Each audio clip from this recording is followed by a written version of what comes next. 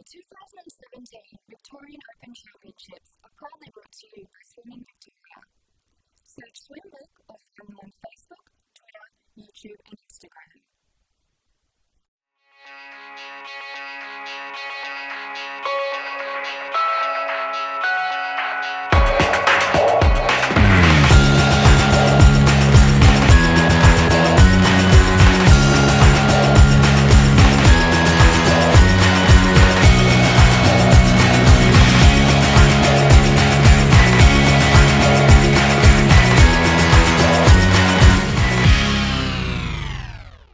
Welcome to day 3 of the 2017 Victorian Open Championships, the final session of a very exciting meet that we've had. I'm Anthony Schlicht, and beside me is Sam Shepherd and Rowan Taylor. We're looking forward to a exciting meet tonight. 1500 metres on the card, featuring Mac Horton, and it's beautiful conditions here, 30 degrees, no wind to speak of, and ideal conditions for swimming fast. Sam and Rowan, how have you seen the meet so far? Yeah, it's been really good. I was here Friday night and then this morning, and I suppose it's a really good meet. Just get back into the water, and it's a real test event before we lead into World Champion trials later in the year. So yeah, it's been a really good meet, really good times, and it's great to have obviously Rowan here, a coach, myself, an ex-swimmer, and yourself, a parent of some swimmers. So it's a really good mix tonight, I reckon. Rowan? Yeah, look, thanks for having me, and it's been great just to see some of the Olympians back in the water. Some of the Olympians from Queensland and New South Wales make their way down here to race. Our Victorian athletes and our own Olympic athletes get back into it. Pretty much the starting point for them for the preparation for the World Championship trials in April. They'll have most of them will hit New South Wales State Championships in a few weeks to back up from here. So I think there's been some encouraging signs. I'm looking forward, as Anthony, you said, the 1500 tonight, men's 100 back. Welcome everybody. And women's 200 free and men's 200 breast, which we'll talk about a little later. So I'm looking forward to those. Victorian Open Championships. Welcome to the pool deck. The swimmers in the mixed 4x50 metre medley relay, event 44. Good luck to them all. Now, Rowan, you were formerly the high performance coach of Nunawading, a number of Olympians on your roster. A lot of them are down here actually as record holders. I saw we've got Ellen Gandy in the Victorian record holder, one of your swimmers, Liesl Jones. You had Michael Klim as well there for a little bit. Had Michael for his comeback. For his comeback. That was a great experience for me to to work with one of the legends of our sport. So yeah, now fortunate to have a great group of athletes that I was able to work with at Nunawading, and now I'm working with Victoria and Tasmania for Swimming Australia, and I'm looking forward to seeing coaches and athletes alike develop and continue a good tradition here in Victoria. Well, we've got the first event just about to start, which is the mixed 4x50 medley relay. That is 4 swimmers in each relay team, 2 women, 2 men. And you can have our swimmers in any heat 1 of this event combination that you like. So you'll see a fair bit of chopping and changing here. Lane 3, it's interesting when we've done this internationally, the strategy tends to be you get your males out first. Lane 6, seems to be a good strategy, and you get that lead, and the ladies can bring it home. But there are different strategies, so it'll be interesting to see who we've got in the lead here. Pretty new event really on the mixed relays. They just got added, was it World Championships in 2015 with the 4x1 mixed? That was probably the most recent being added. Yeah, it might have been before that as well, short course. Yeah. But yeah, it's in the last few years they're really trying to get it up and going and on the world stage at World Championship level. We'll see here, Rowan, that the record holders is Nunawading, which would have been under your stewardship. With Nick Gronewald, and then you had Jess Hansen, then Elijah Martin, and then Julia Hawkins. So very good team there. A bit of a mixed bag there. Yep. And Jess will be coming up, I believe, in the next heat, swimming at Nunawading. I think and maybe Julia as well. I think Nick and Elijah are taking a break currently. And we got CA Tritons A, I think, leading it out into the butterfly, and they've got in lane 5. Yeah, female doing the freestyle, and the other teams look like they've got a few males doing the freestyle, so it could be a bit interesting coming to this last 50. Yes, and Imogen Cooper in lane 5. We'll see if she can hold off the boys from, looks like it's from Triton's, it looks like it's James Petropoulos, her teammate's going to come over the top. Yep, looks like he got him. Yep. Got her, sorry. And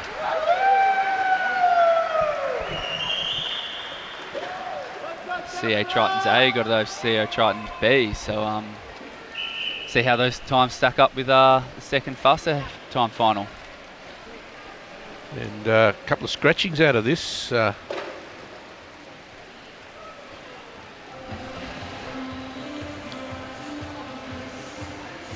University of Sunshine Coast Spartans have scratched out of this.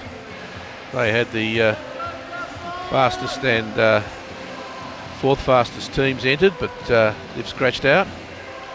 And they've got a big team down here, don't they? Yeah, they've got about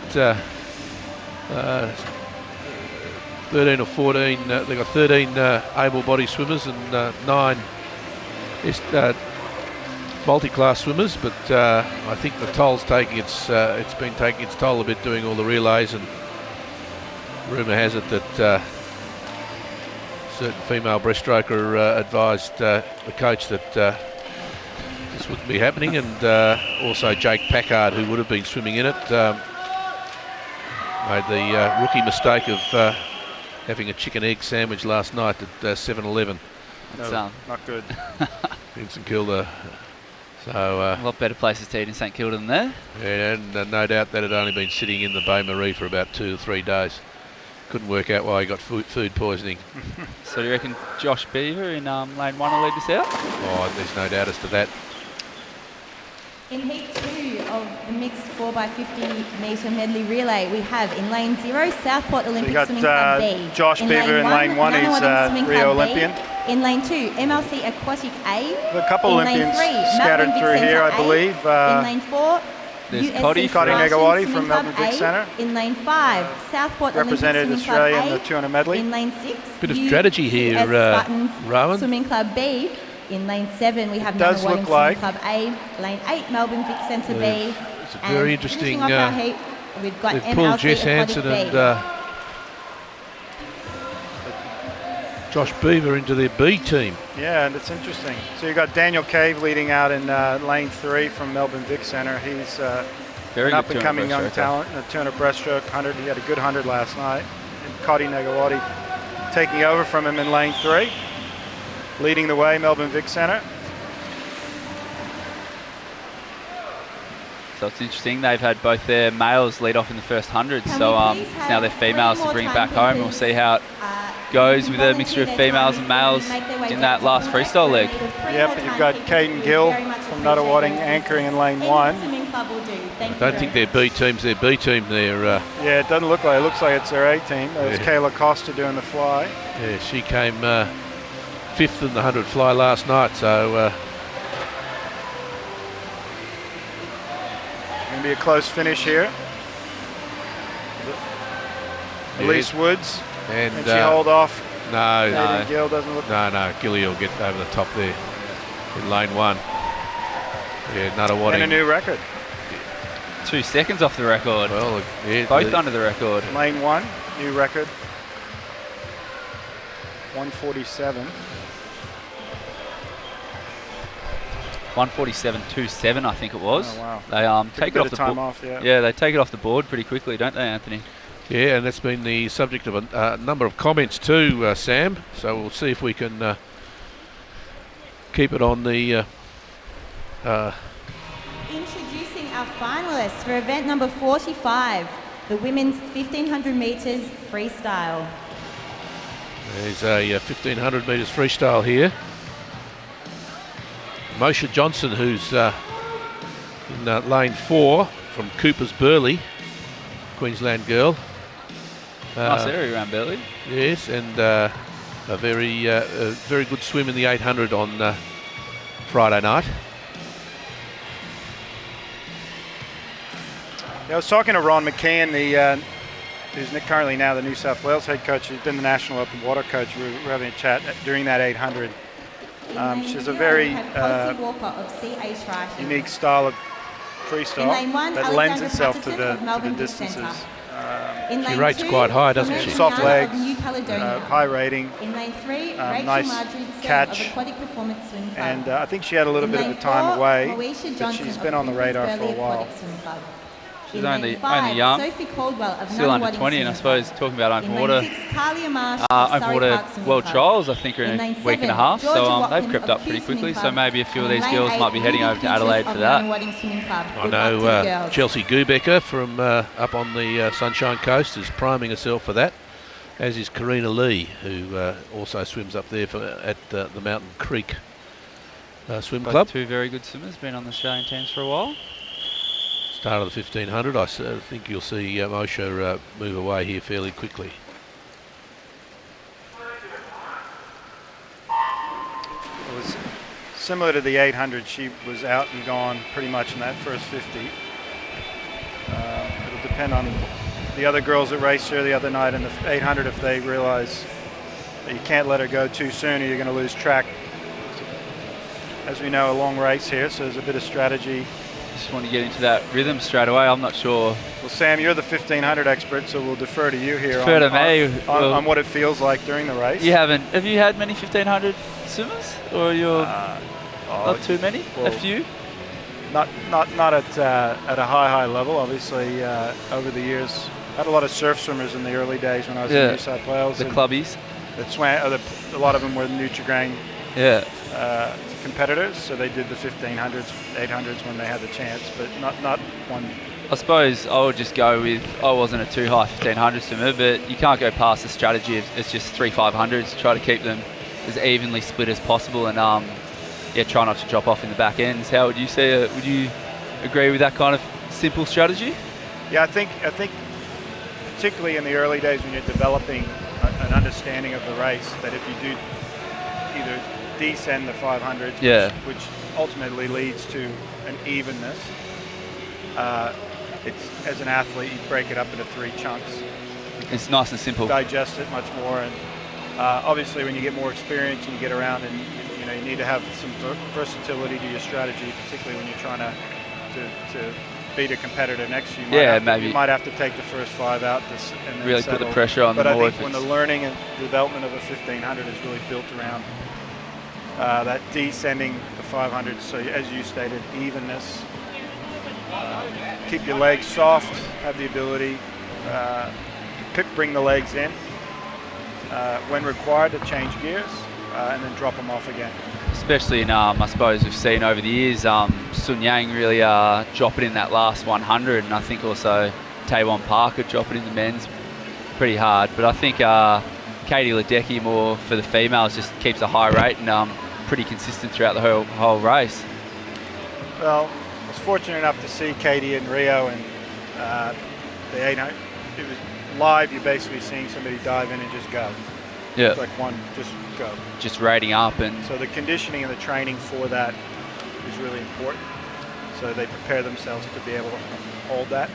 But her times are better than most male times. I think her PB's maybe 15:28 or something, which is phenomenal. Yeah, it's quite amazing. Well, the results are just in for that mixed 4x50 medley relay, and ceremony for event 44, the mixed 4x50 metre medley relay. Quite right there, in third place, Sam. and winner of the bronze medal, Southport Olympic Swimming Club, represented by Reef Road, Bryce Skier, Tanya Skovgard and Blake Jones, in a time of 1:48.99. And that also was under the and Victorian winner of record. the silver medal, Melbourne Vic Centre, represented by Jack Gerard, Daniel Cave, Katuki Nagwadi and Elise Woods in a time of 1:47.27. And in first place and winner of the gold medal, Nunawading Swimming Club, with Josh Beaver, Jessica Hansen, Kayla Costa and Caden Gill in a time of 1:46.64.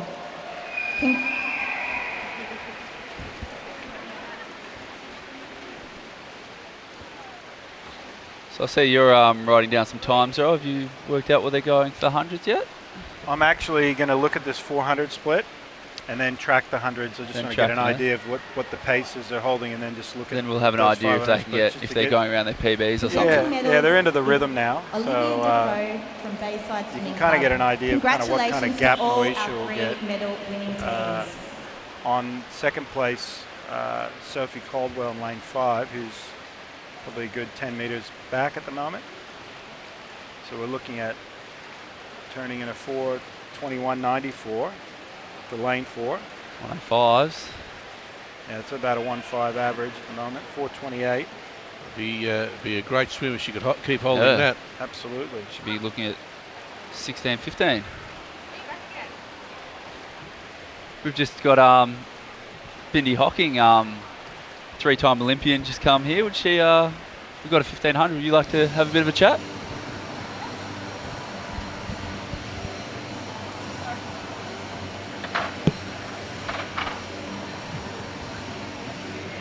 Welcome to Bindi. Hello, thank you for having me. Hello, Belinda. How are you? Hello, Rowan. Good. We're in the middle of the 15. Oh, well, we're starting the 1500 at the 500 meter mark. So how many 1500s in your career did you do? 0? Never swam a 1500. 3-time Olympian, Belinda Hocking. No, I don't think I did any. Never did one 1500. Maybe in training. Maybe you gave me one in training. I don't know if But- I did.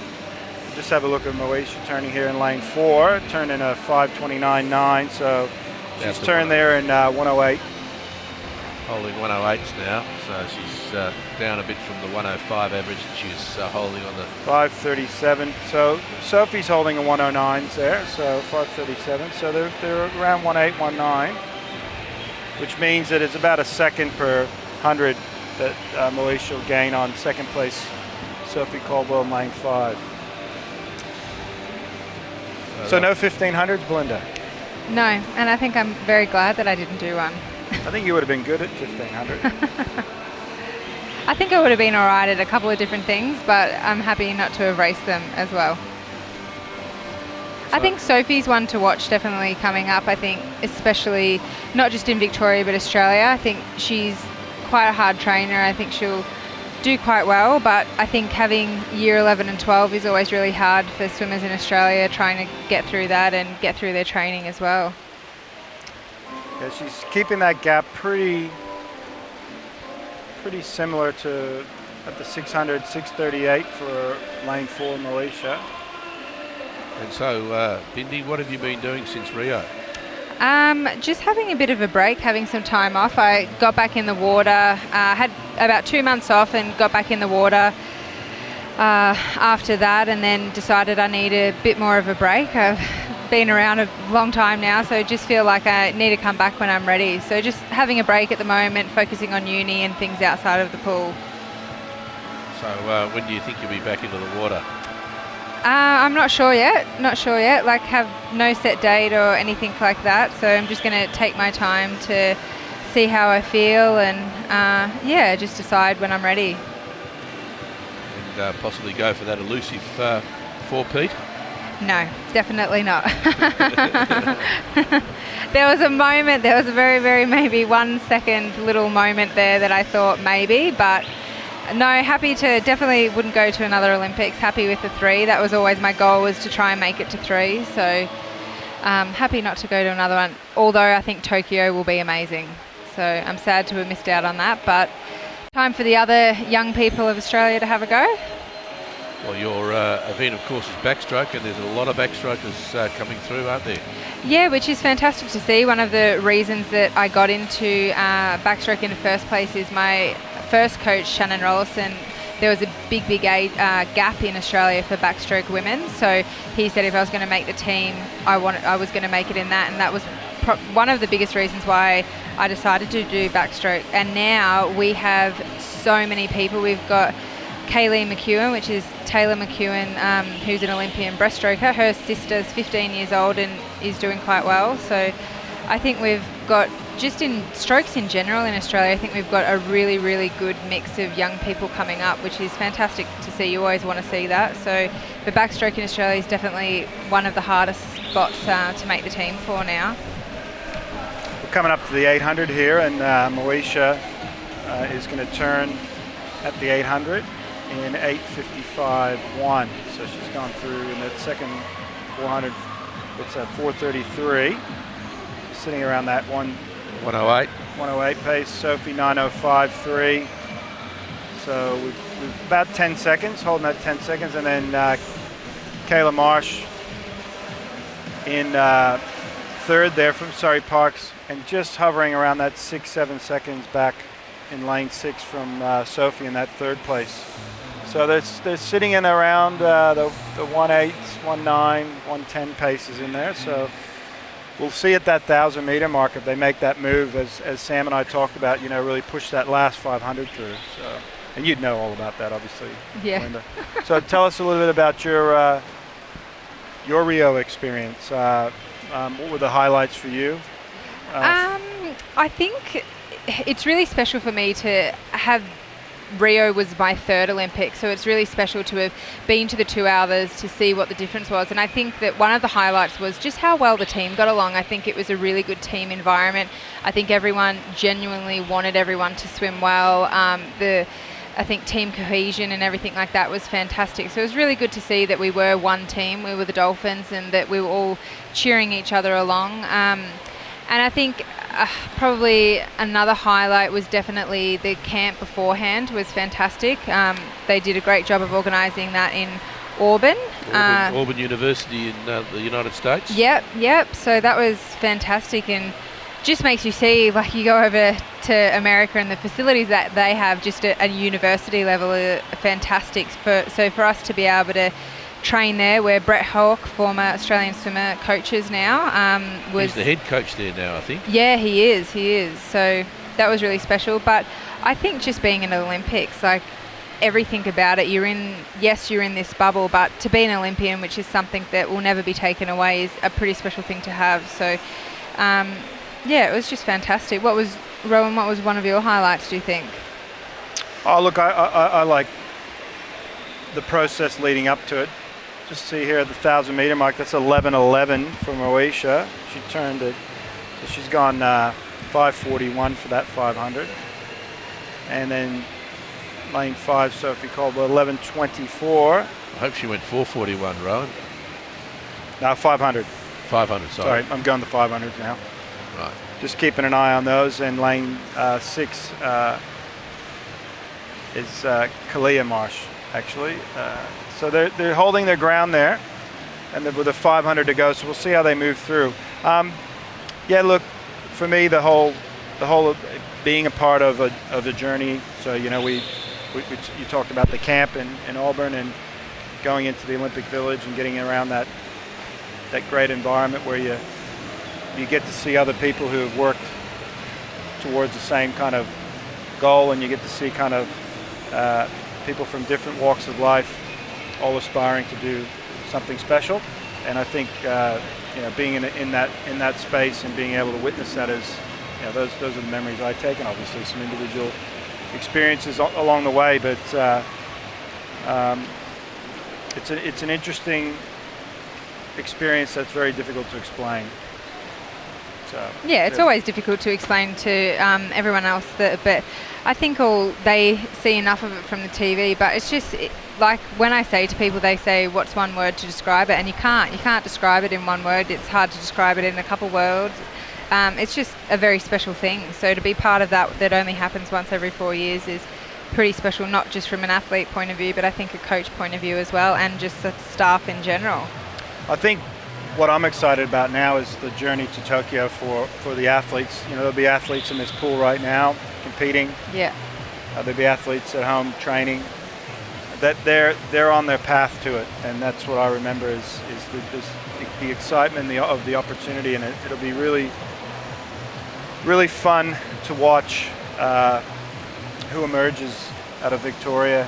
The ones that obviously are already currently in that place, and then who emerges out of the rest of the programs in Australia. So it's an exciting thing to look forward to, and the process does start now.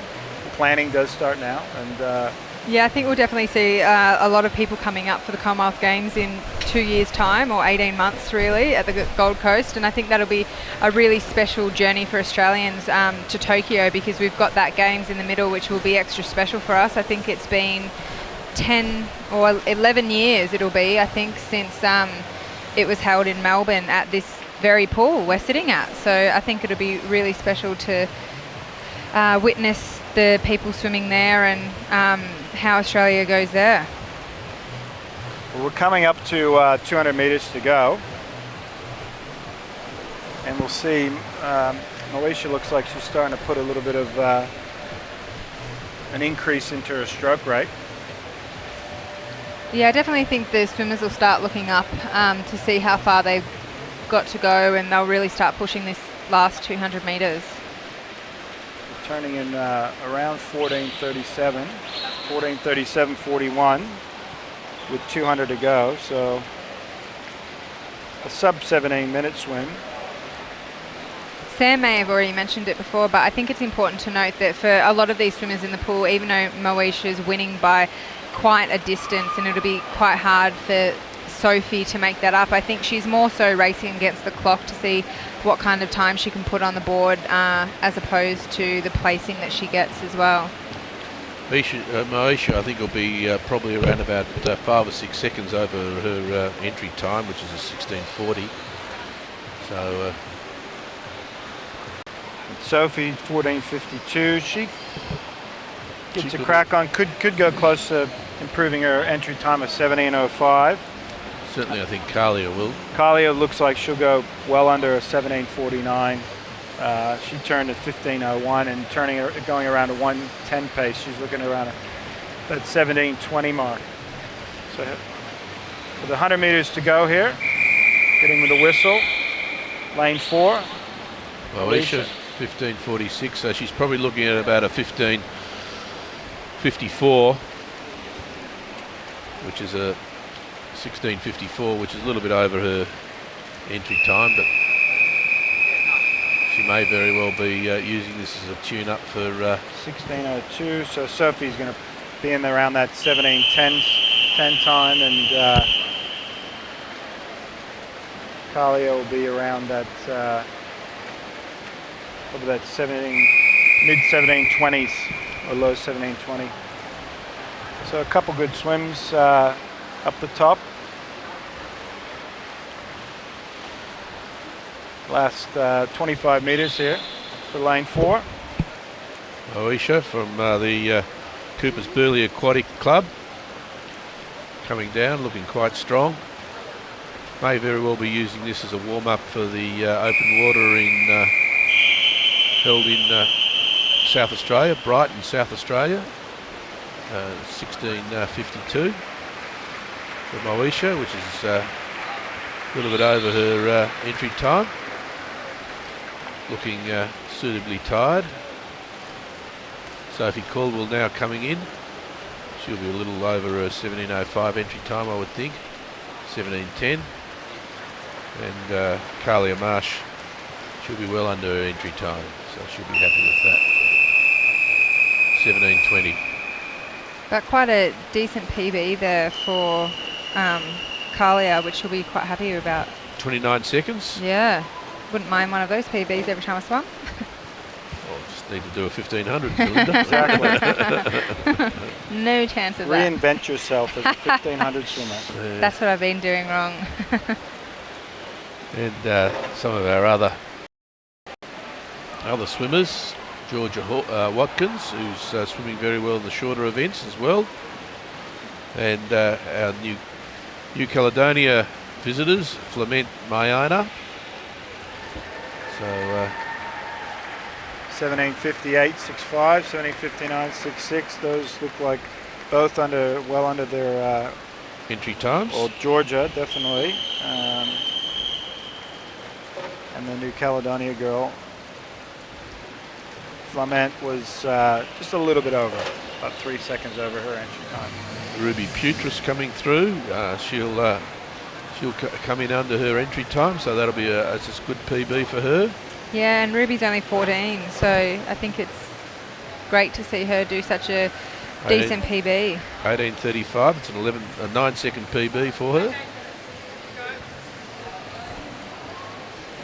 Not sure why they're doing this for the.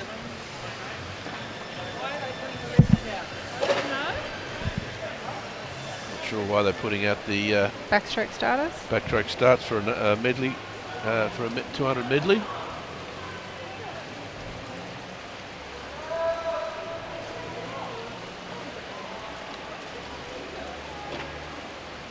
This is bizarre.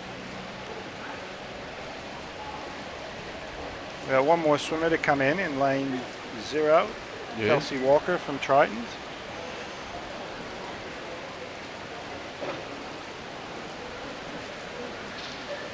Just coming in and touching the wall at 19:32.08. What do you think you could have done, Bindi, in a 1500? Just have a guess, just roughly. Think you could challenge that? Yeah, maybe. Oh, who knows? I wouldn't have a clue. I'll just say Belinda Bennett, 16:36, who holds the Victorian record. Bindi Bennett and Yeah, ex-Medal Bindi water Bennett. swimmer. Yep, B1 and B2 we used to call ourselves. So Yes, that's I'll right. I'll take that one. We have Ryan McGrain of Geelong Swimming Club. In lane 1, Dylan Logan of Geelong Swimming Club. In lane 2, Patrick Getson of Melbourne Torpedoes. In lane 3, Nick Leighton of Melbourne Vic Centre. In lane 4, Timothy Dixon of PLC Aquatic.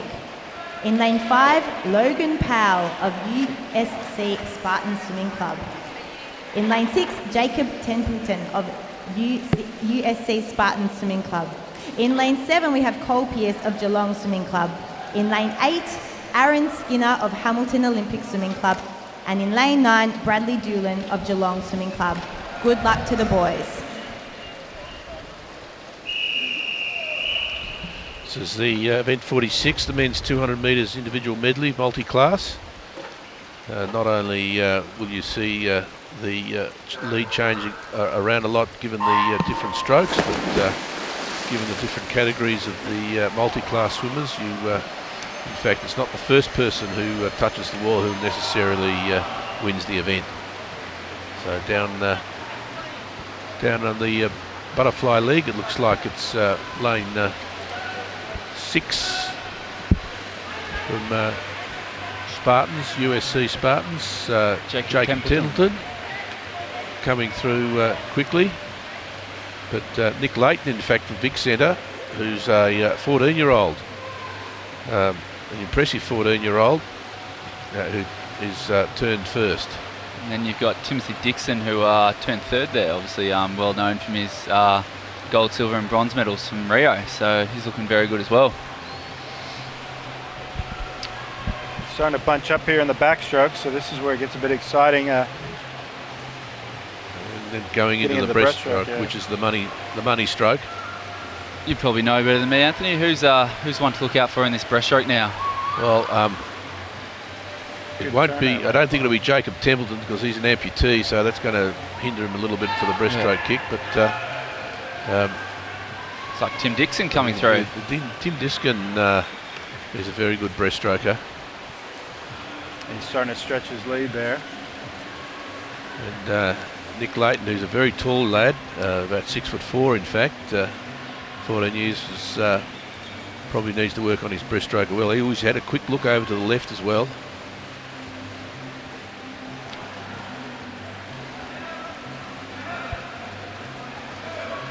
Tim Diskin's really stamped his authority on the race with the breaststroke. He's broken it up, and of course, when you go from the slowest stroke to the fastest, when you're one body length in front after the turn, you're then 2 body lengths in front. So it's a big advantage, and Tim's going to come through and have a very impressive win here. And go a lot quicker than his 2:25 that he went I this think morning. he had a 2:16 entry time, so I think Looks like Tim he won't was be far off that. It was heat swimming. He'll be about a 2:18, 2:19. Yeah, 2:19. Oh no, 2:20. As we mentioned this morning, so it's not necessarily the person that touches first in the multi-class. It then goes back and also depends on what category, what disability they're in. Which gives the conversion rate, and it's worked out on points. So the highest points after the conversion will be awarded the winner. So, but I think Tim Dixon, SM9, he's actually the lowest there, so I think he might end up getting a win. It'll be difficult to get past him. Just waiting for a few of the other lads to come through.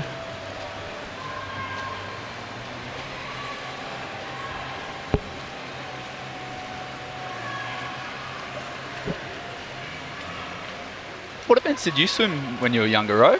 I never found out. You coached me for a few years, but I never knew what you swam. Or is that a mystery? As an age grouper, the program I trained in the States was We have the medal swam every ceremony event. For event number 45, I was a self-proclaimed the women's sprinter. 1500 metre freestyle. Aren't we which all? I eventually just hung on to, and so 100 metre free was probably my main event, and up to 200. Short course yards? In third place, winner of the yards, bronze medal is Kalia Marsh of Surrey Park Swimming Club in a time of 17 minutes 20.14. But, In second place and winner of the silver medal, Sophie Caldwell of Nunawading Swimming Club in a time of 17 minutes 10.93. Ron McKeon there. And in Two-time first Olympian, place and winner of the big gold coach. medal, we have Moesha Johnson of Father of, Valley Aquatic Swimming Club Emma in a and David time McKeon. of 16 minutes 52.16. Used to be the open water head coach of Swimming Australia. Congratulations, girls. And to be, I medals suppose, are you being put 'em my boss presented by when I was Ron swimming. McKeon, Exactly right. Olympian and New South Wales Kept head you coach. in line. Thank You you did. to Ron.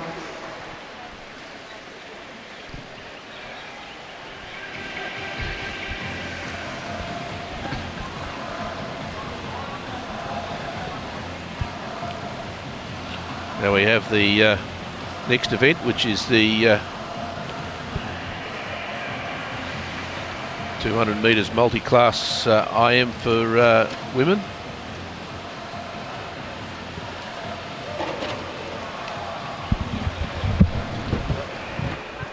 Introducing finalists for event 47, the women's 200 metre IM multi-class. In lane 0, Phoebe Mitchell of Geelong Swimming Club. In lane 1, Ashley Pettigrew of Warrnambool Swimming Club. In lane 2, Ruby Storm of Traralgon Swimming Club. In lane 4, Monique Beckwith of MLC Aquatic. In lane 4, Madeline Scott of Nunawading Swimming Club. In lane 5, Emily Beecroft of Traralgon Swimming Club. In lane 6, Jamie Lee Getson of Melbourne Torpedoes. In lane 7, Caitlin McKay of Warrnambool Swimming Club. In lane 8, Claire Barr of Naya Two Bays Swan Hill. And in lane 9, Katerina Pizza of Bendigo East Swimming Club. Good luck, girls.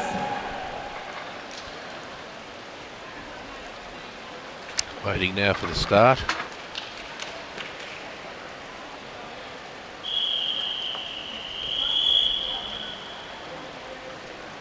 Claire Barr of Naya Two Bay, a non-starter in lane 8. They're away.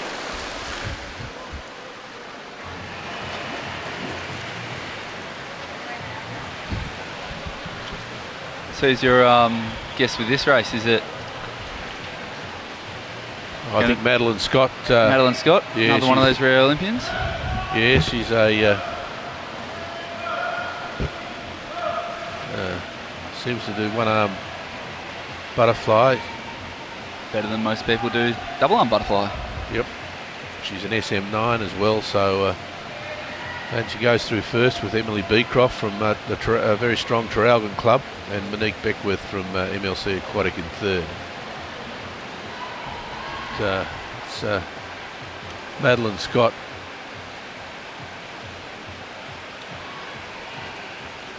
leading them out in the backstroke leg. In lane 4, Monique Beckwith is making a bit of a charge in lane 3. And out in lane 6, Jamie Lee Getson has picked up the pace and doing very nicely. In fact, I think she'll be turning in first position. Well, Madeline Scott is a breaststroker. I think she finished 4th at the Paralympics in the 100 breaststroke. So this will be interesting to see her move through. So I the expect her to breaststroke come here through. in lane 4. Yeah.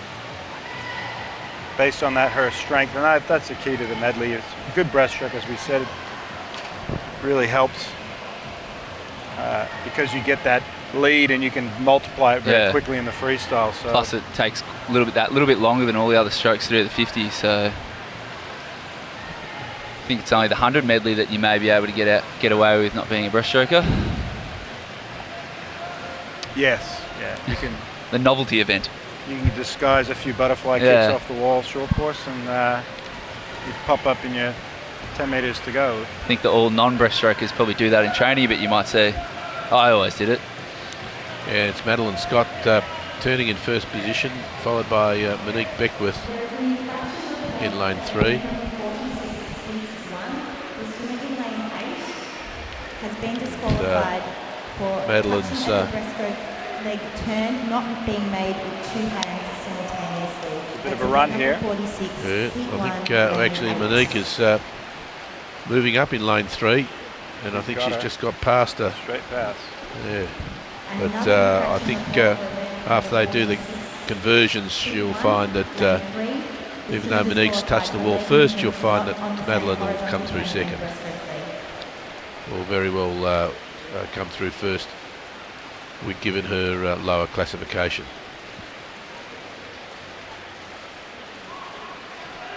I suppose we may as well do, just remember, throw out to the Swim Victoria sponsors, Funky Trunks and Funkita, some great swimwear there.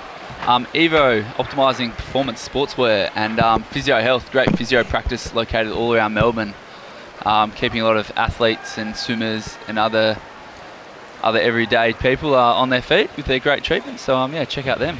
And we welcome back Belinda Hocking.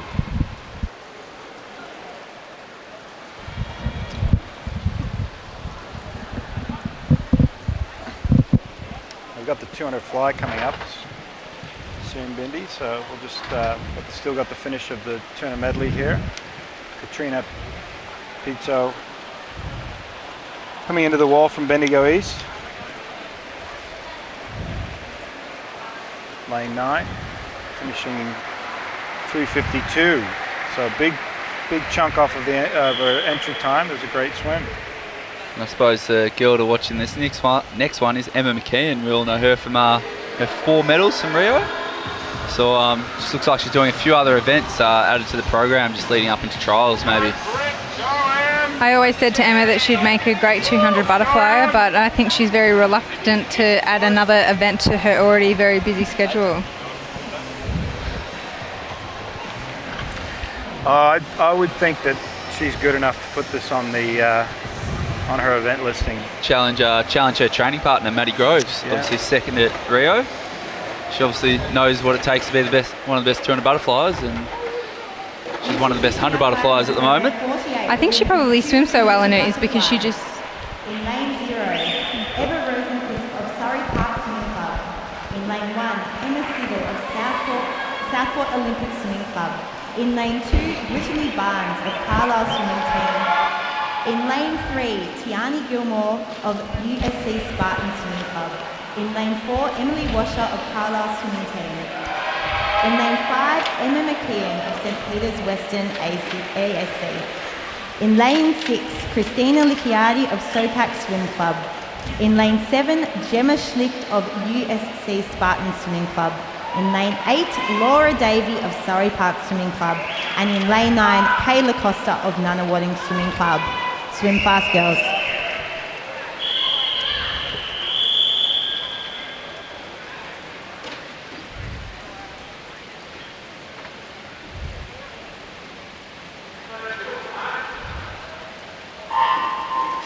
So again, Emma being the one to watch here, Olympian, but we have a couple world short course representatives in the pool in Gemma Schlick and Emily Washer. So Emily's a 100 butterfly. I think she might have finished second the other night.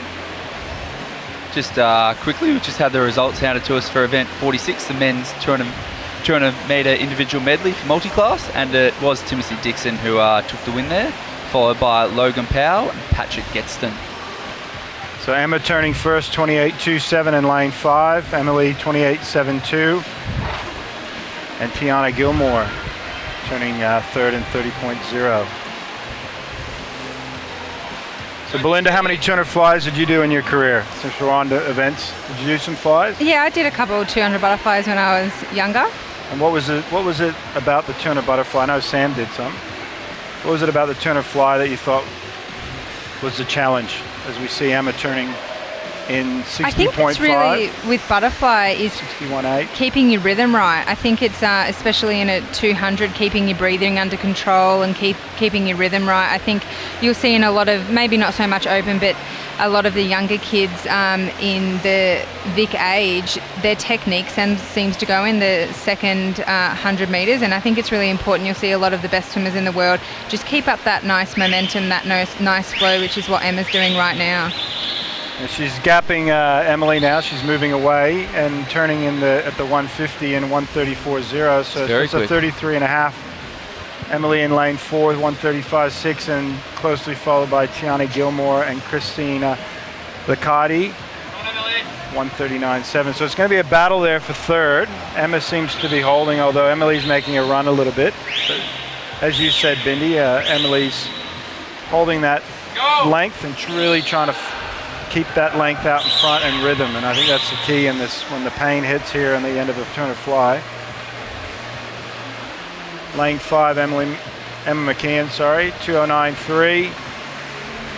Emily Washer, 210.9, and third, 215.01, 215.19 to Tiana Gilmore. In lane 3 and lane 6, Christina Liccardi, 215.20, 1/100. We have the medal And then we had Gemma for event number 46, the men's 200 metre IM multi-class.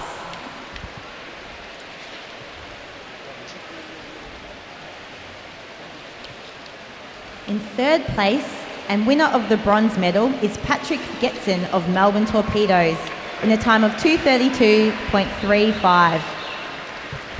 In second place and winner of the silver medal is Logan Powell of USC Spartan Swimming Club in a time of 2:27.32.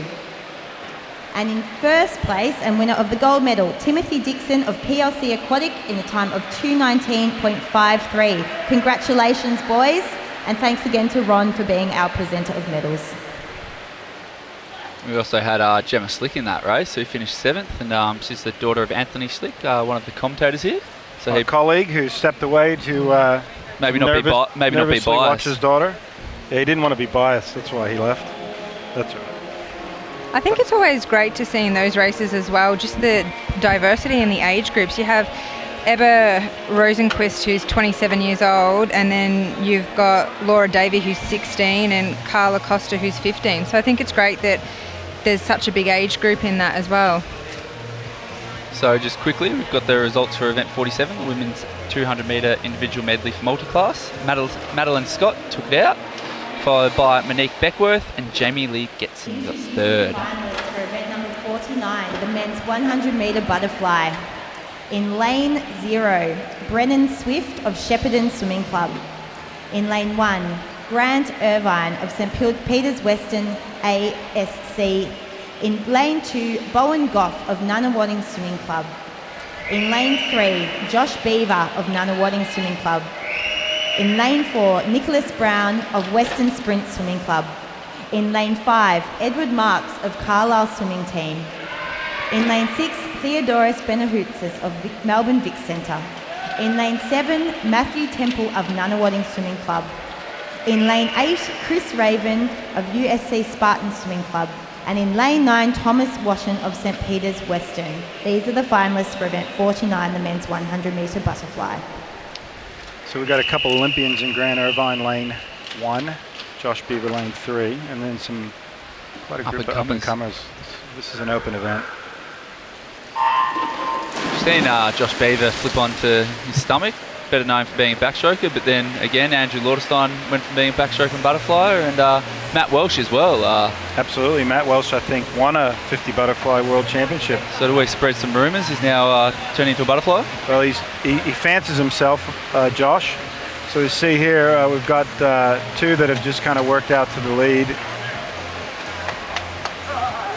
Nicholas Brown and Edward Marks have got out in front, but there'll be a rush coming through. I think it's nearly an even playing field at the moment. It's across the board here.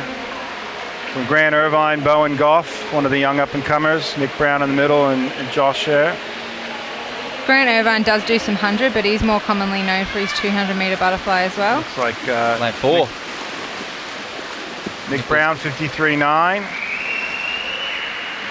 Then Bowen Goff. Theo in lane 6, second, and Bowen Goff lane 3. Lane 2 was third. So did you ever do any butterfly, Bindi? I did a little bit, maybe the 50, but I think the higher you get in international competition, it is always hard to do multiple events. So for me, it was always just about focusing on the backstroke, especially with my shoulder history as well. I couldn't always do butterfly. Got another Olympian in this one, don't we? Jacob Hansford? And David McCann. Yeah. A couple Olympians swimming the 100 fly here, and they're off events. Better known for being 200 freestylers and 400 freestylers.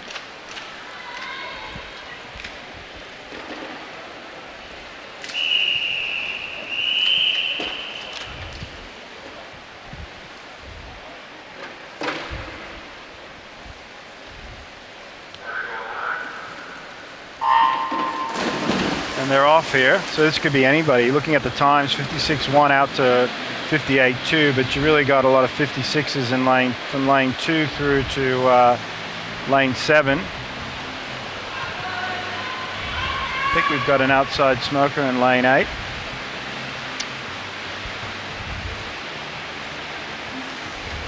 From Malaysia. And in the middle lane, Jordan Brunt turned first in 25.71 from Southport. Another one of those Queenslanders that have come down to here and racing really well and getting some good race practice for New South Wales probably, and then trials. Jordy seems to be hanging on. You got Jacob Hansford making a move through here, trying to catch him, but it doesn't look like it's going to happen. And Keith Lim from Malaysia looks like he'll pick up the third placing. 55.41 for second, 54.35. That would have gone close to picking up a medal in the... If he'd done that in the heat, he would have got through to the A final. Yeah. The medal ceremony for event number 47, the women's 200-metre IM multi-class. In third place, winner of the bronze medal and representing Melbourne Torpedoes is Jamie Lee Getson in a time of 2:44.06. In second place and winner of the silver medal is Monique Beckwith of MLC Aquatic in a time of 2:40.64. And in first place and winner of the gold medal is Madeline Scott from Nunawading Swimming Club in a time of 2:41.98. Well done, girls.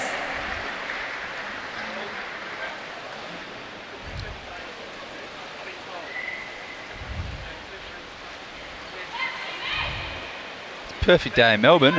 Much rather be here than the tennis, so if you're still looking at something to do, maybe come down here, it's free, and then head out to dinner maybe on Ackland Street, maybe get some of those cakes, Ro. And we also have the medal ceremony for event number 48, the women's 200-metre butterfly.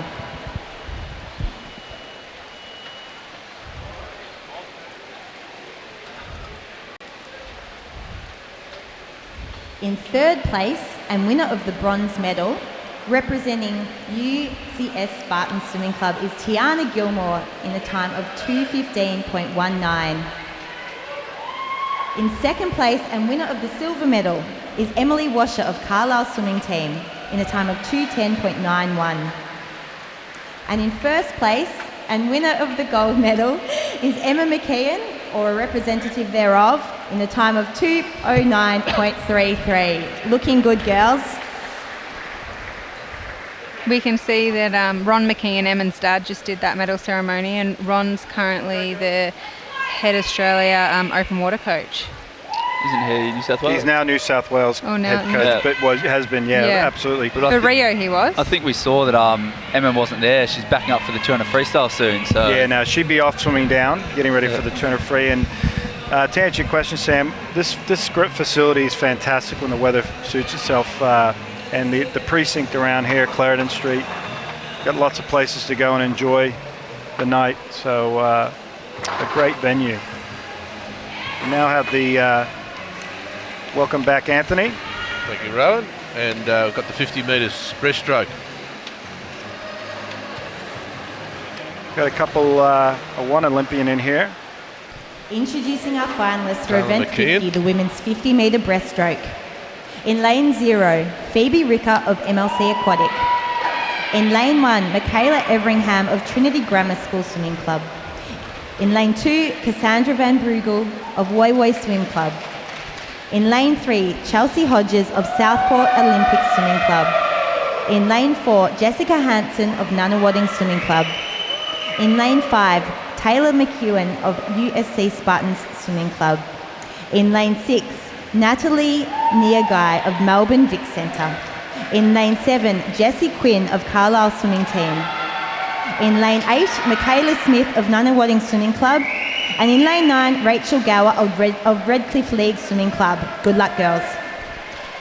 We also have Jessica Hansen, World Short Course representative, in lane 4. And medalist.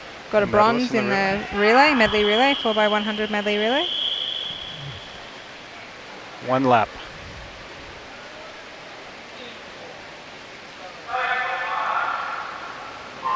Jess goes into this race with the fastest time set this morning. Good start. And the thing about the 50 breaststroke is about maintaining that length, because it's really easy to try to rate up, and you can see Jess is holding Jess as well. length and a rating. So combining those two things, it seems to... Going to have an easy victory here, Jess.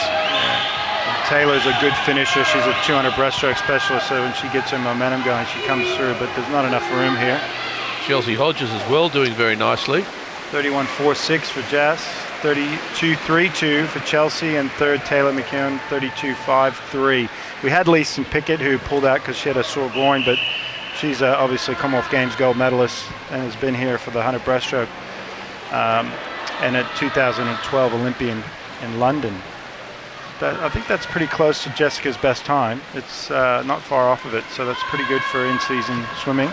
Yeah, Jess is swimming great at the moment, and Tay's just coming back from the Olympics, so I'm sure that by the World Championship trials in April, she'll be back at her best as well. So I think not only, as I said before, the backstroke, but women's breaststroke's doing fantastic as well. We've got a lot of people coming up and swimming well in that, which is great to see, especially for relay events as well.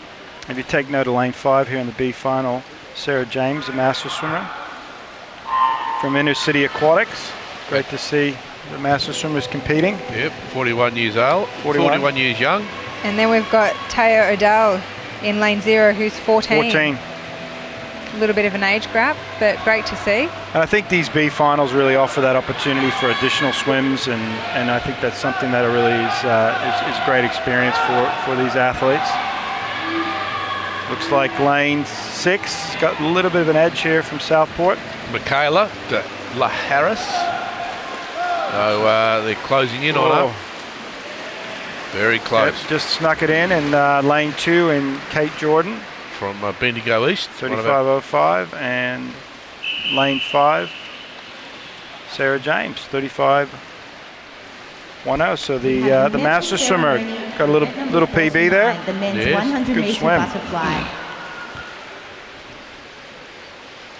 Got the three-time Olympian Adam Pine. In third place and winner of the bronze medal is Bowen Goff of Nunawading Swimming Club in 54.39.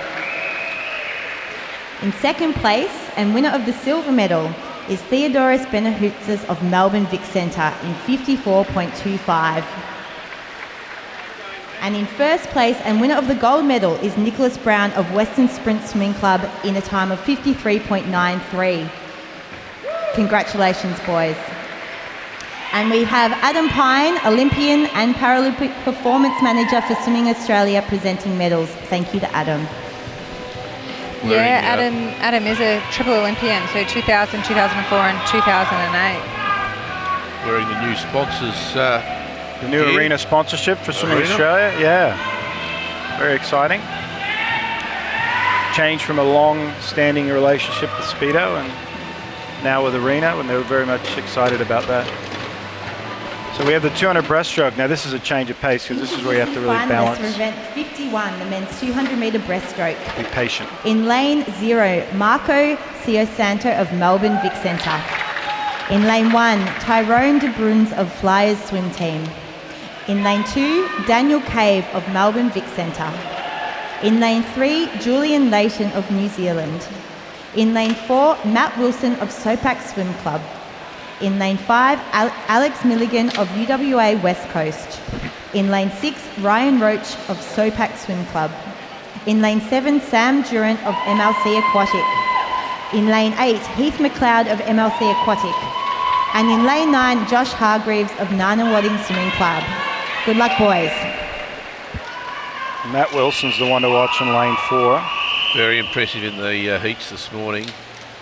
I think he got second at trials, the Olympic trials. No, he actually won it. Oh, he won it, but due to the qualifying times, he didn't make the team. So I think he's definitely one that'll be trying to get onto the team this year and next year, definitely. Absolutely, and it's a young guy, still 18.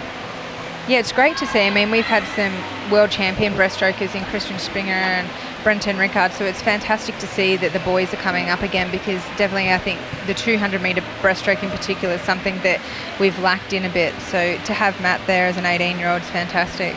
We've got some young talent in lane 2, and Daniel Cave from Melbourne Vic Centre, and Sam Duran and Heath McLeod from MLC there in lane 7 and 8. They're ones that have been quickly rising, I should say, but have been around. Yes, Daniel Cave, even though he's in lane 2, is in second place. Matt Wilson went very quick this morning at 2:11. He was very unfortunate at the Olympic trials. Just missed the won the event, but missed the qualifying by 0.11. So it was pretty harsh way to miss an Olympic team. And then, unfortunately for him, he also missed the world short course team by not very much either. So yeah, so I think it's really hard. I think the public at home watches these competitions and feel like if they get first or second, they're definitely on the team, but unfortunately that's not the case. But I think it definitely spurs the athletes on to keep swimming into the future and have something to set their goal towards. He's 18, so he's got a fair few years left to try and make it onto the team. But look at that considerable lead there. Well, he turned in 62.49, and he's now turning 135.3, so he's got a 33 point there. Daniel Cave turning second, but there's a bit of movement on him at the moment from next door in Julian Leighton from New Zealand. And also Alex Milligan's making a move. But lane 5, he's coming up. So Daniel seems to be holding him off, and Matt seems to be holding that length and rhythm, and that's what I think the 200 is all about. It's just keeping your rhythm and length, which keeps that speed consistent. He's going to get in there at 2:09.65 for lane 4. Fantastic swim. That's a great job. What time did he do at trials? I think that was pretty much... It's around about that time. Yeah. Second, 2:13.94 for Daniel Cave. I think that might be his best swim, actually. No, I think he's done a 2:12. Has he been 2:12? Sorry. Yeah. And then third to Alex Milligan in 2:16.01. So he was able to hold him off, Daniel. Give you a bit of an idea of how good a swim that was from Matthew Wilson. That's a new Victorian all-comers record, surpassing Kazuki Katajima. Well, if you can beat Kitajima, who's a 3-time Olympian, What was that, 13 years ago? double gold medalist. Yeah, he's My a gold maths is medalist, not Olympic great. gold medalist. That's No, 10 years ago. 10 years. 10 years. yes. Great record to beat. Kitajima's record. Yeah, he's he's an Olympic gold medalist in the event, so that gives you a bit of an idea. It's a very good swim. And a lot of people congratulating Matt for that. So obviously he was out after it, and all goes well. Jake Packard was to swim in this, the Olympian for 100 metres, but unfortunately, as we said before, he's come down with food poisoning, courtesy of a chicken and egg sandwich purchased at... Are we naming shops where it was Yep, purchased? he purchased it at 7-Eleven. Okay. shop. Don't go there. A convenience store, we should say. Yeah. So we've got the B final of the 200 breaststroke here. So a lot of, again, up-and-coming talent getting a second chance to swim and improve on their heat swim this morning.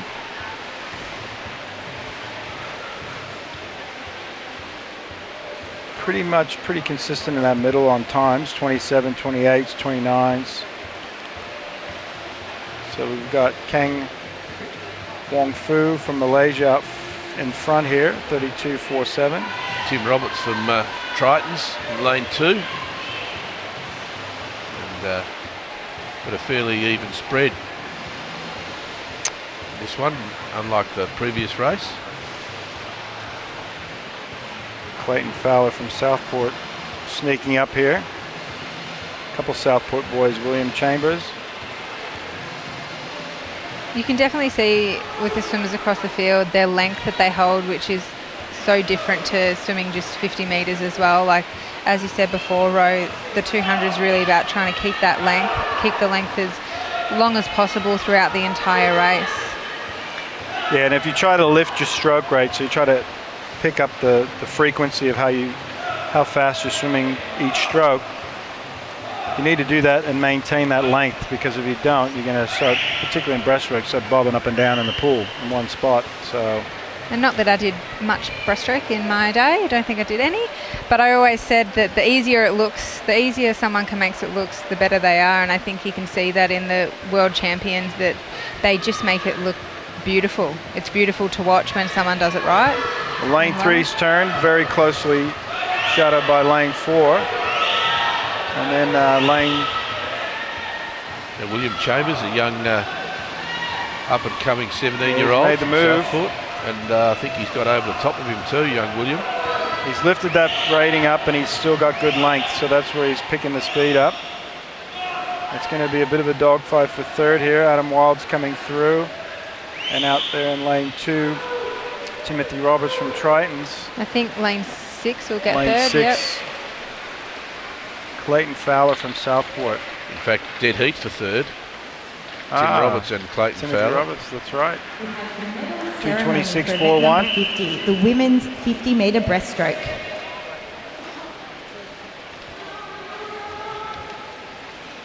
In third place and winner of the bronze medal is Taylor McEwen of USC Spartan Swimming Club in a time of 32.53. In second place and winner of the silver medal is Chelsea Hodges of Southport Olympic Swimming Club in a time of 32.32. And first place, winner of the gold medal, Jessica Hansen of Nunawading Swimming Club in a time of 31.46. Well done, girls. And thank you to Adam for presenting medals again. Well, this is a race coming up I'm looking forward to. Cool. There's a just been handed here for we're across all sports here. Mishka Zerov has just downed Andy Murray in 4 sets in a big boil over the Australian Open. Number 1 seed. Number 1 seed, not only the number 1 seed, but world number 1.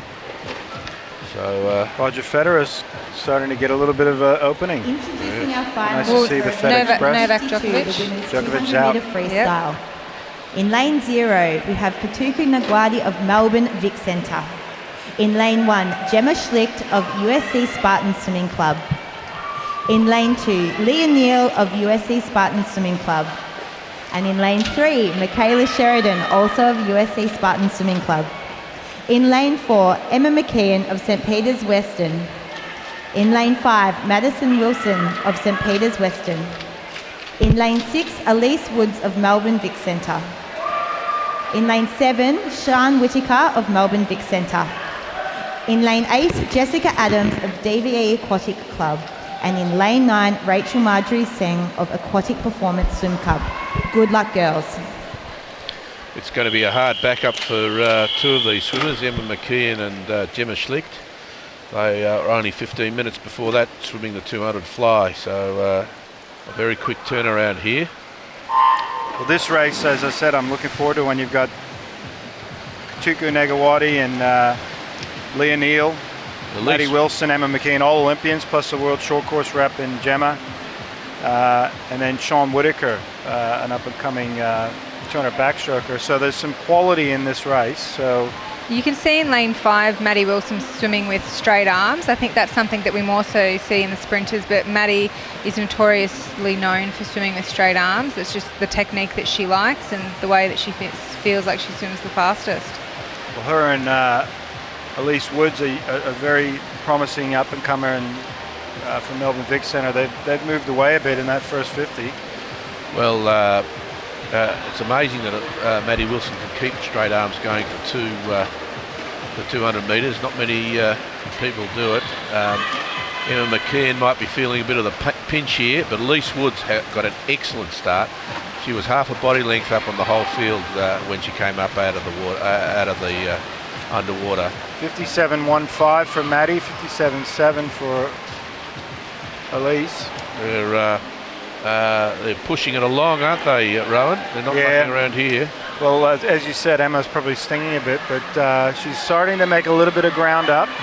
And you can see Maddie's gone back to bent elbows, away from the straight arms now. Yeah. I think she might bring it back in the last 25 metres. I might be wrong. Emma's caught up to Elise. Oh no, she's already brought it back. 128.1, 129.4, 129.6. So there's going to be a bit of a rest there for Maddie Wilson, better known as a backstroker, of course. You know that, Bindi? Yes, great backstroker.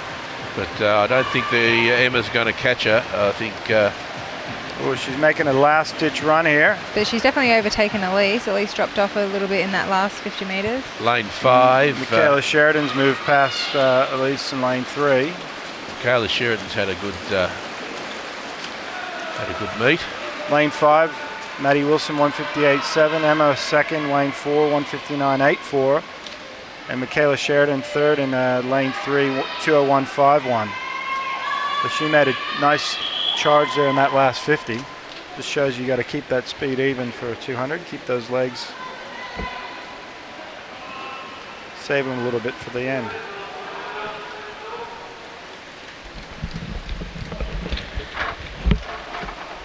Yeah, so we're now moving to the B final. There's a couple of pretty tired swimmers there.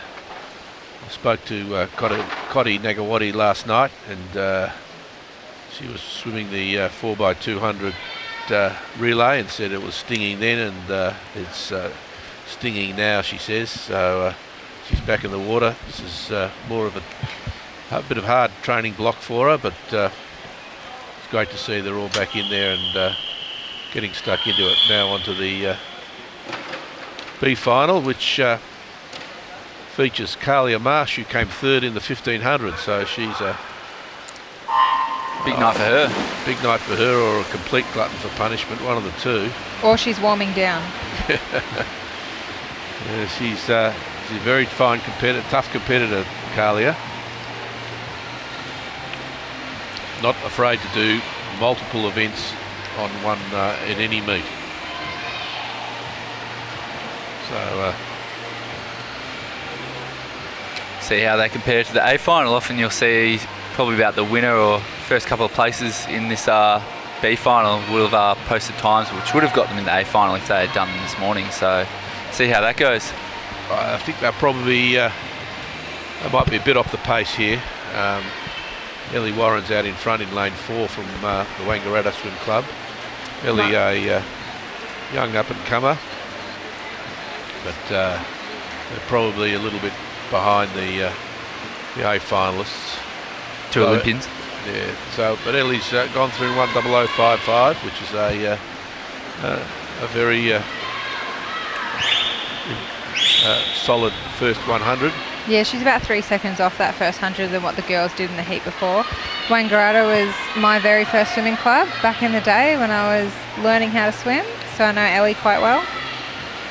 Yeah, she's a very good swimmer, Ellie. And when did you move to the AIS? That was when I was 15. Yeah. So I went Wangaratta, Benalla, Albury, AIS. Moved around quite a bit. And how long were you in the AIS for, Bindi? 7 years I was there for. In the heyday? Yeah, yep. So 2006 to 2012.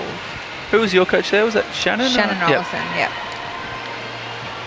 7 years in Canberra. That's a great performance, Melinda. Yeah, it was Probably should have moved a little bit sooner, to tell you the truth, but it's fantastic environment down there. The facilities they've got are world class. Second to none. Yeah, well, it's a little bit, as you say, 206.76 from lane 4 for Ellie Warren. So, and then Kayla Costa, she also swam the 200 fly in the A final. We have the medal ceremony for event number 51, the men's 200 metre breaststroke.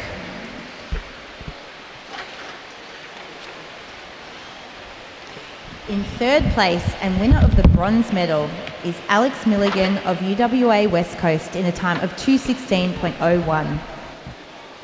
In second place and winner of the silver medal, we have Daniel Cave of Melbourne Vic Centre in 2:13.94.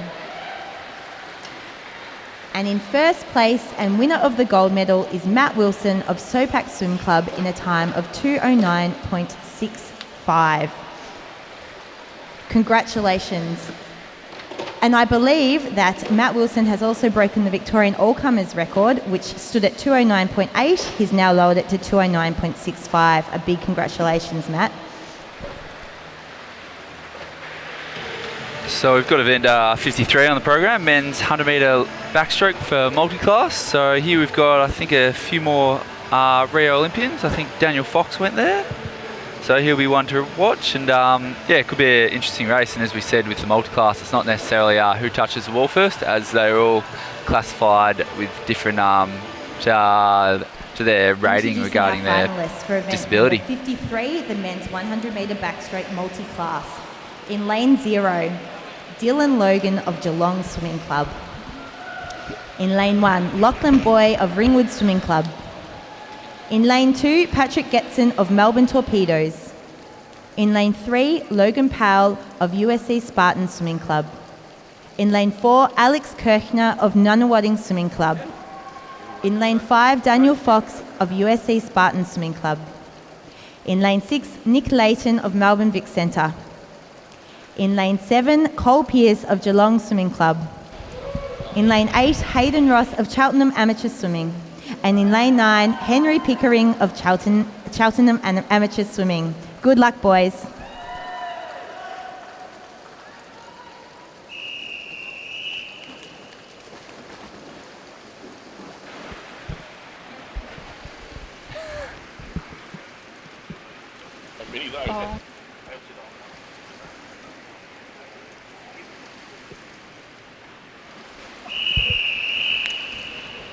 We're back to the 100 metres breaststroke multi-class.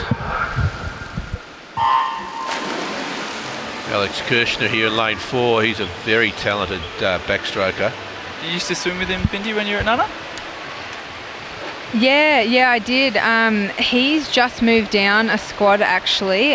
He was in the national age squad. I think he's now in the national state squad. He's actually got quite bad hips that have been causing him a bit of pain, and he actually needs surgery on it. But because of his age, they won't perform the surgery until he's a bit older. So he's doing less swimming at the moment, less swimming training, but I think it's actually helping him when he races, because he seems to be doing a fantastic effort. He certainly hasn't dropped off on the performances, no. That's for sure. And not only in the backstroke, but he's also doing very well in the freestyle events too. Yeah, and I think they're currently trying to qualify for the Deaf Olympics as well, which I'm pretty sure is in Turkey this year. So they've got a big year coming up for the deaf population of Australia.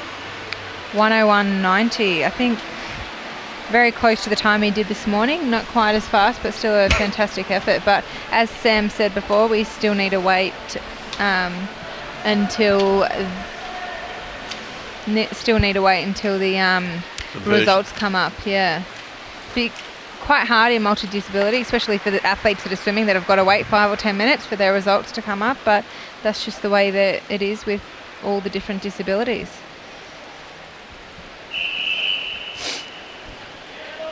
We have the medal ceremony for event number 52, the women's 200 metre freestyle.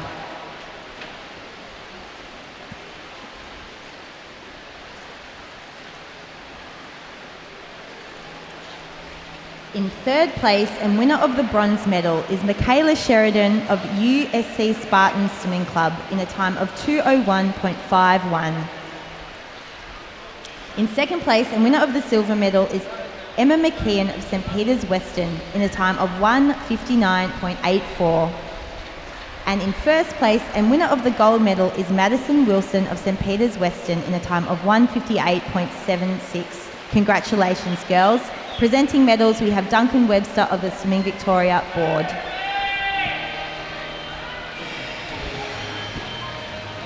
Coming on to pool deck now is the women's 100 metres backstroke multiclass.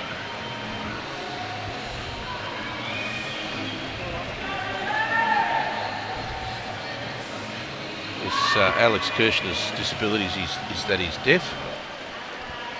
Introducing our finalists for event 54, the women's 100 metre backstroke multi-class. In lane 0, Amber Stelling of Cheltenham Amateur Swimming. In lane 1, Ashley Pettigrew of Warrnambool Swimming Club. In lane 2, Claire Barr of Nyatube Swan Hill. In lane 3, Ashley McConnell of Melbourne Vic Centre. In lane 4, Monique Beckwith of MLC Aquatic. In lane 5, Jamie Lee Getson of Melbourne Torpedoes. In lane 6, we have Ruby Storm of Traralgon Swimming Club. In lane 7, Caitlin McKay of Warrnambool Swimming Club.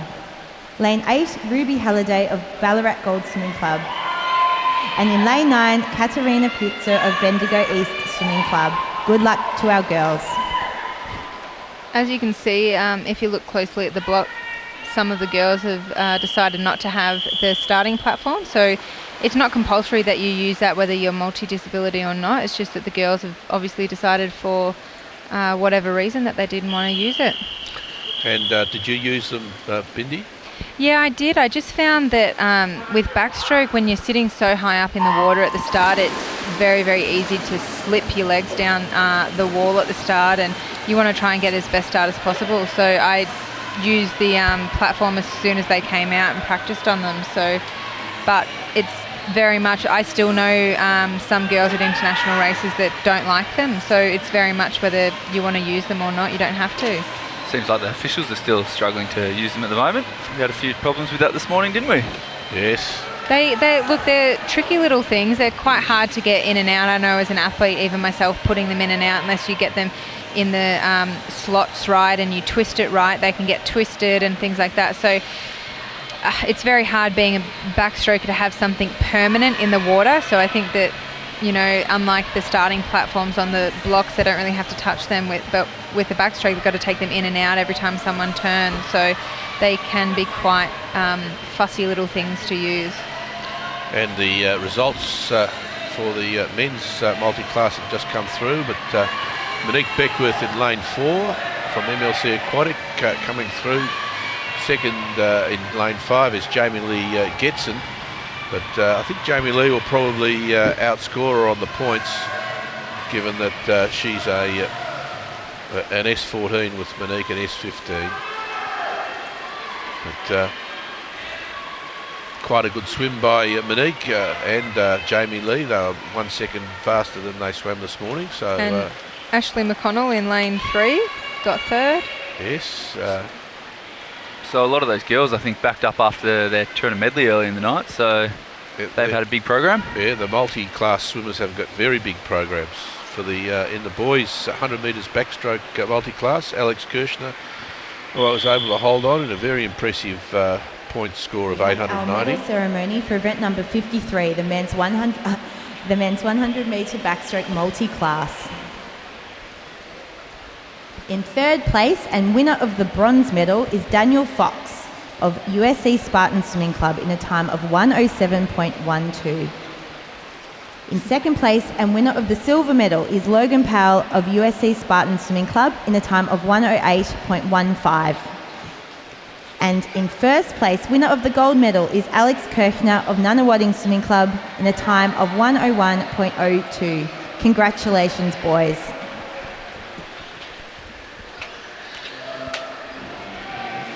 Up next, we've got event 55 on the program, the men's 50 freestyle. So The Usain Bolt. The splash and dash. Yes, the Usain Bolt no race breaths. of swimming. Fastest in was Ewan Bennett, which was a bit of a surprise, and he's comfortably fastest in too by 0.18. He swims with Nick Filiardes at MLC. That's right, and that's 0.18 might not seem a lot, but in a 50-metre race, it's a big distance. So that'll be interesting. Daniel Hunter from New Zealand and Caden Gill, also very quick. Jack Gerard. Daniel Smith, more known as a Turner freestyler. Yeah, same with Jack Gerard, who's not known for his 50s. 55 Luke Percy in lane 9. The in World lane Junior 0, champion. Keith Lim of Malaysian Swimming. In lane 1, Daniel Smith of St Peter's Western. In lane 2, Jamie Parker of Sopak Swim Club. In lane 3, Caden Gill of Nunawading Swimming Club. In lane 4, Ewan Bennett of MLC Aquatic. In lane 5, Daniel Hunter of New Zealand. In lane 6, Jack Gerard of Melbourne Vic Centre. In lane 7, Blake Jones of Southport Olympic Swimming Club.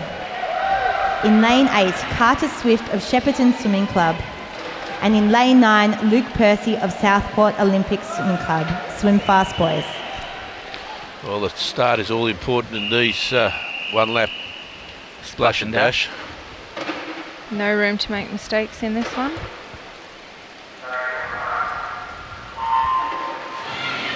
And they're away. All up fairly even. Inside lane, it looks like New Zealand boy Armstrong's got the jump at the moment, but looks like he might get it in the end. Yes, I think his breath. Yeah, I think it will be, but Ewan Bennett's coming at him a bit. There it is. Daniel Hunter from New Zealand in 22.99. And Ewan Bennett, then Caden Gill. So it was 1, 2, 3 across that side of the pool. With Jack Gerard in 4th in lane 6. By 0.02. Yeah, oh well, they're all very close. These 50 metres, as you know, Belinda. Yeah, and the 50-metre freestyle, in relation to the recent Olympics, is the only 50 metres that is swum at that level. So none of the form strokes, so breaststroke, backstroke or butterfly is swum at an Olympic level. So 50 free is the only one. Won by Anthony Irvine. It was, who won it back in 2000. Dead heat with Gary Hall Jr., I think I remember. Fantastic swim, that one. And Gary Hall Jr. went and won it in 2:04 wearing a US boxing outfit and got fined. Yeah. But he got the gold. He turned up with the boxing gloves on, in fact. Yeah. He was a character. He famously said that he was going to smash the 4x1 Australian team like guitars in 2000. And then Ian Thorpe, in that historic finish, came over the top after he swam world record. That's a must-watch race for any Australian swimmers out there. Just head onto YouTube and just look up that. 100-metre backstroke multi-class.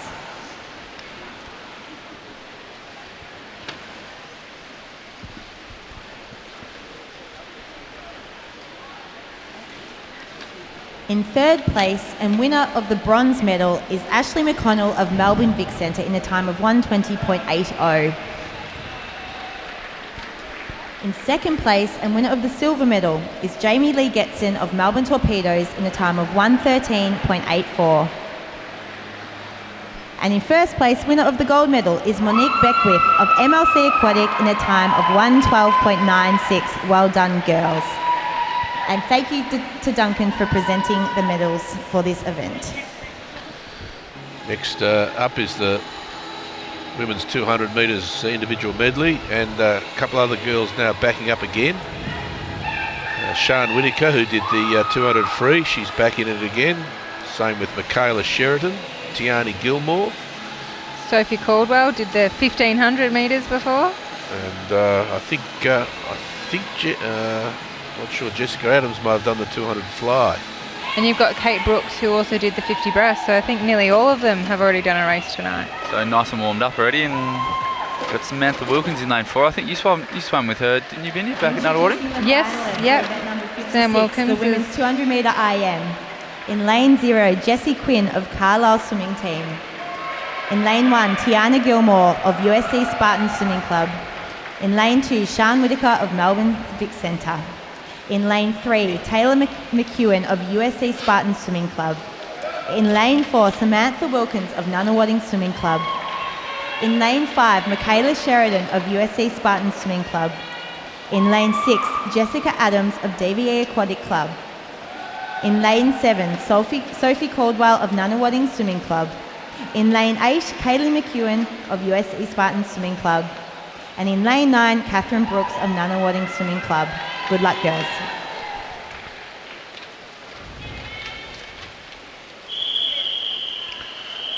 Kaylee McKeon in lane 8, the younger sister of Taylor McKeon in lane 3. One of them's breaststroke and the other one's backstroke, so could be interesting there. And Cody Nagawati is the Victorian record holder, and she swam at Rio for the Tournament medley, but saw she pulled out of this race earlier this morning, so...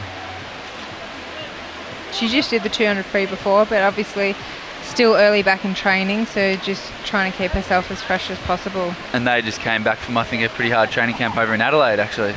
Yeah, I think they did. Well, then I did see some Instagram photos of them at a winery, so go out, see the sights.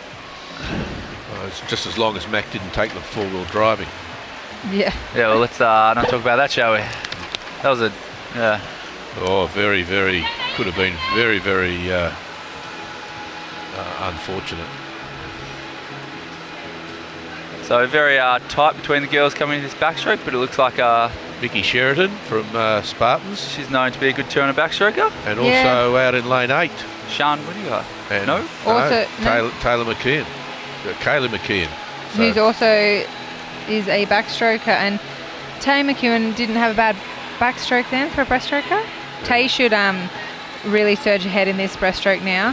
Well, Tay was, she turned third in lane 3, so you expect her to take it away. Looks like she's already taken the lead. Yes, she's body length in front too. Although And her the sister's looking... younger sister isn't going too badly either out in lane 8. But I can assure you there'll be no family favourites here. Must be doing something pretty good at the Spartans with 3 swimmers in this race. Chris Mooney, yes, got a very good squad up there, and a high performance multiclass squad as well. So. And they were just named as High Performance Training Centre as well, which is great for that club to get that extra bit of support. And sponsorship, yes, Yep. from A Swimming little bit of extra Australia. funding. And but I can tell you now, Oh, the look little at this. sister is coming out after her, Sisters against and I sisters. think little sis is going to win it. I think she might as It's well. always little sister Yeah. or little brother. Yes, she has too. 2:14. 82. That was Spartans 1, 2, 3. So I'm sure Chris Mooney will be very happy with those swims by the girls. Yeah, he's over the other side. I can see him now. He's got a big grin on his face, and he's Very happy. yeah, Isn't he coming over to dinner at your place after this? he might be over for a steak. He hasn't eaten too well, and he's a big fella, so he needs to. Might need to put a couple on for him. It's Yeah. like Jake Packard. He hasn't been eating well either, has he, apparently? No, he's not coming though. He's not Been quarantined? He's quarantined in his bathroom. So yeah, it's a good effort there by the Spartans. 1, 2, 3. Up to the B final now. So I'm sure these girls will be aiming to go just that little bit quicker than this morning.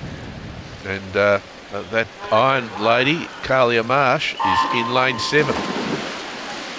So 1500, 200 free, and then back into a 200 medley. Coached by Matt Brown, a very good coach. Used to be up in Queensland. Now down coaching at Surrey Park out in the eastern suburbs.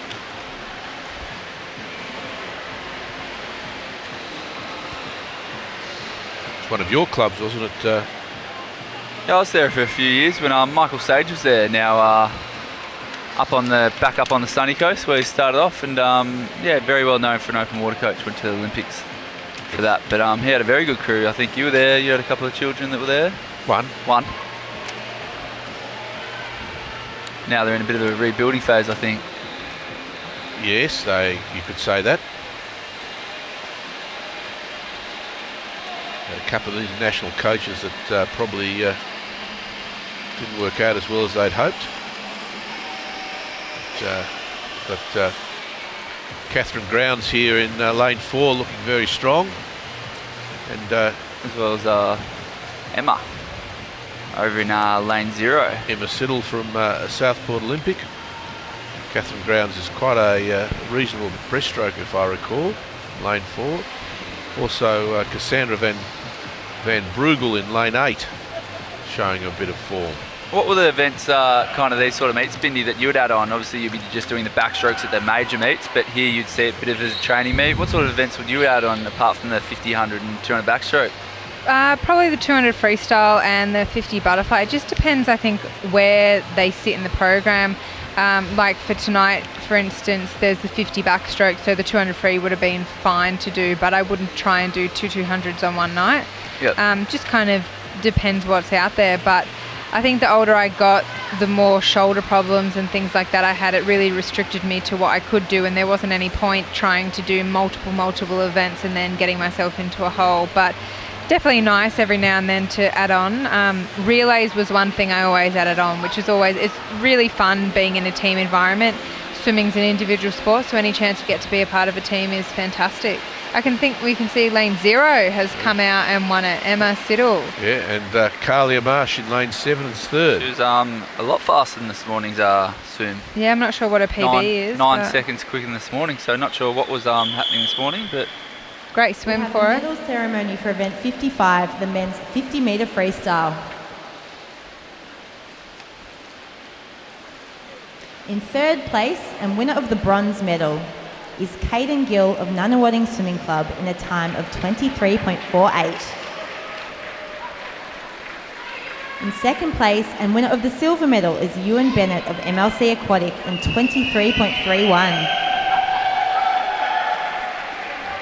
And in first place and winner of the gold medal, Daniel Hunter of New Zealand in a time of 22.99. Congratulations, boys.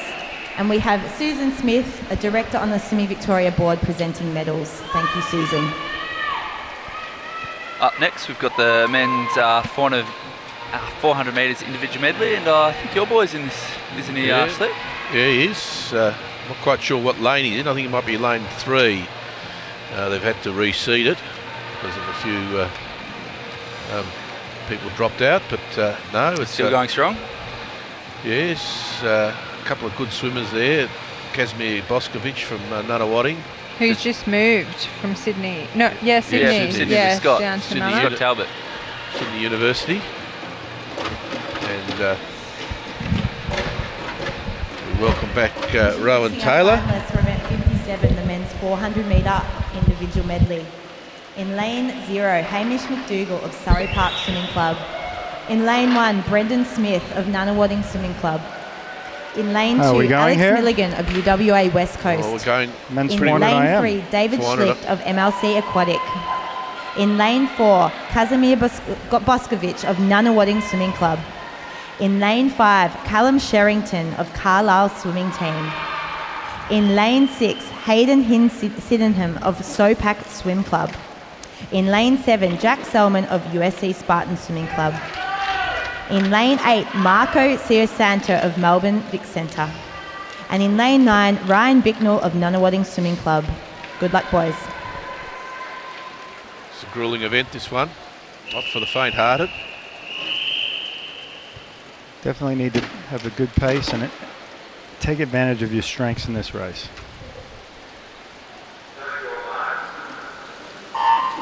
And what I mean by that is most of these guys will have a stronger stroke, and when they get to that, they need to really take advantage of that strength. So we've got the Victorian record holder is Travis Marnie, who you coached him at the Rio Olympics, Rowan, and then we've got the Victorian all-comers held by none other than Michael Phelps back from when Wells was in 07. So you know a bit about this event, obviously coaching Travis to 7th at Rio. So what was your plan with him? He's obviously a backstroke and very good freestyler. But how was his lead up into Rio, and what's your insights with this event, Ro? Well, again, as we talked about with the 1500, probably when you're developing this event experience, it's about the second 50s, always pushing the second 50s along. So you'd learn how to do that and take advantage of your main stroke. So We see there's a line of athletes moving through here to the 100 turn.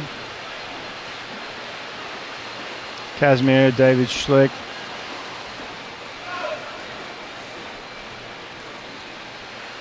Lane 5 and lane 6.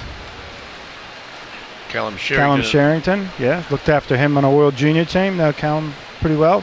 And yeah, with Travis, him being a backstroker, we really worked on the front half of the fly, and we wanted him out there because his breaststroke wasn't very strong. But we did a lot of work in that breaststroke so that when he did get that advantage, he could hold him off. Because, yeah, I remember seeing him. He was turning really quick at the 200, under 2 minutes, which...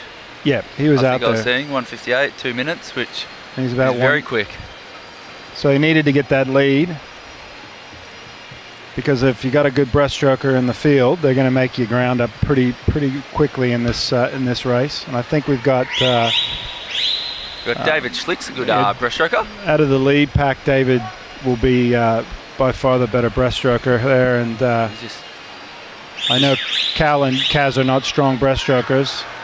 His difficulty is his weak stroke is just this backstroke here. So yeah, we can see that. Yeah, it's. You need to have some words to him. Yeah, well.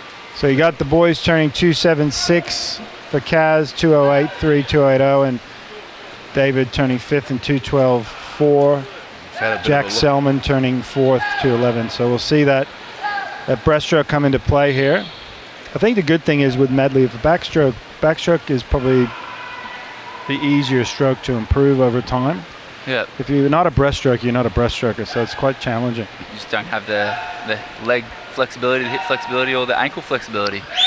And when you're fatigued, you create much more resistance around you. So Kaz is just shading Cal here, 245.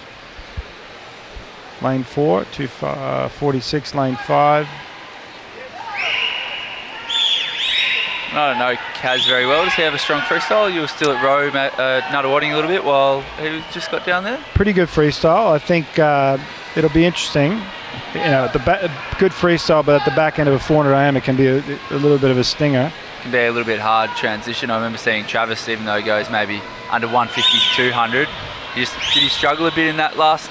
Yeah, transition? technically fatiguing.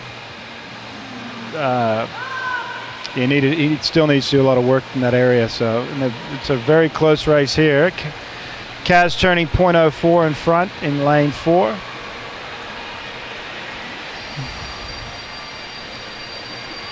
Looks like it's going to come down to the last 50 here between lane 4 and lane 5.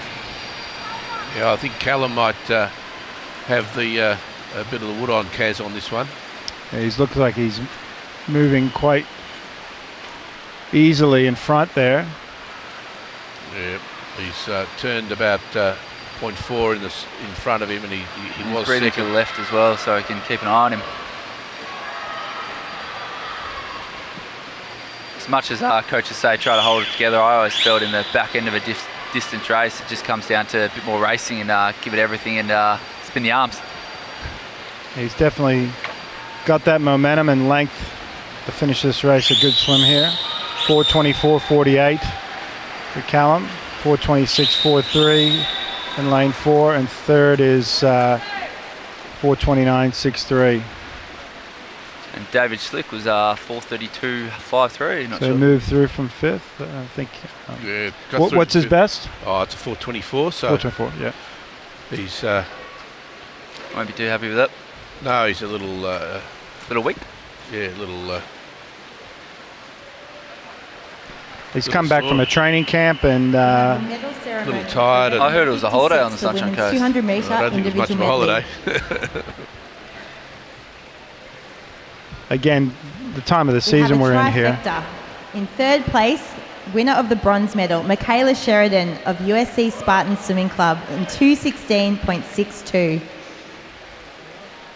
In second place and winner of the silver medal is Taylor McEwen of USC Spartan Swimming Club in 2:15.37. And completing the trifecta in first place and winner of the gold medal is Kaylee McEwen of USC Spartan Swimming Club in a time of 2:14.82. Well done, girls. Of course, Taylor unable to accept that medal because She's up next. She's up next in the 50 backstroke. Has The top fastest time in the heats this morning in 29.00. But you'll have some stiff competition from Sian Whittaker, who just missed the Olympics in turn back, and Hayley Baker, who was on the world team in the turn back in 2015 over in Russia. Yes, and this is the only swim Hayley's had, so obviously there might be some hopefully not too major injury issues. So introducing the finalists for event 58, the women's 50-metre backstroke. Lane 0 is Paige Goodwin of ESS Dolphin Swimming Club. In lane 1, Emma Taribo of New Caledonia. In lane 2, Samantha Wilkins of Nunawading Swimming Club. In lane 3, Hayley Baker of Melbourne Vic Centre. In lane 4, Kaylee McEwen of USC Spartan Swimming Club. In lane 5, Sian Whittaker of Melbourne Vic Centre. In lane 6, Reef Road of Southport Olympic Swimming Club. In lane 7, Mia Rolfe of Carlisle Swimming Team. In lane 8, Charlie Brown of Carlisle Swimming Team. And in lane 9, Carolyn Chan of Malaysian Swimming. Good luck, girls. This will come down to who gets the best start, I think, with this backstroke. Usually, Who's got the best underwater? yeah, the one that carries that speed out. So really, the skills is an important part of this race. Underwater and carrying that speed into the first stroke, you can get yourself a bit of a good break. Transition, not getting dug down with that first stroke. You get into that clean water and then 3 or 4 long strokes and then get into it.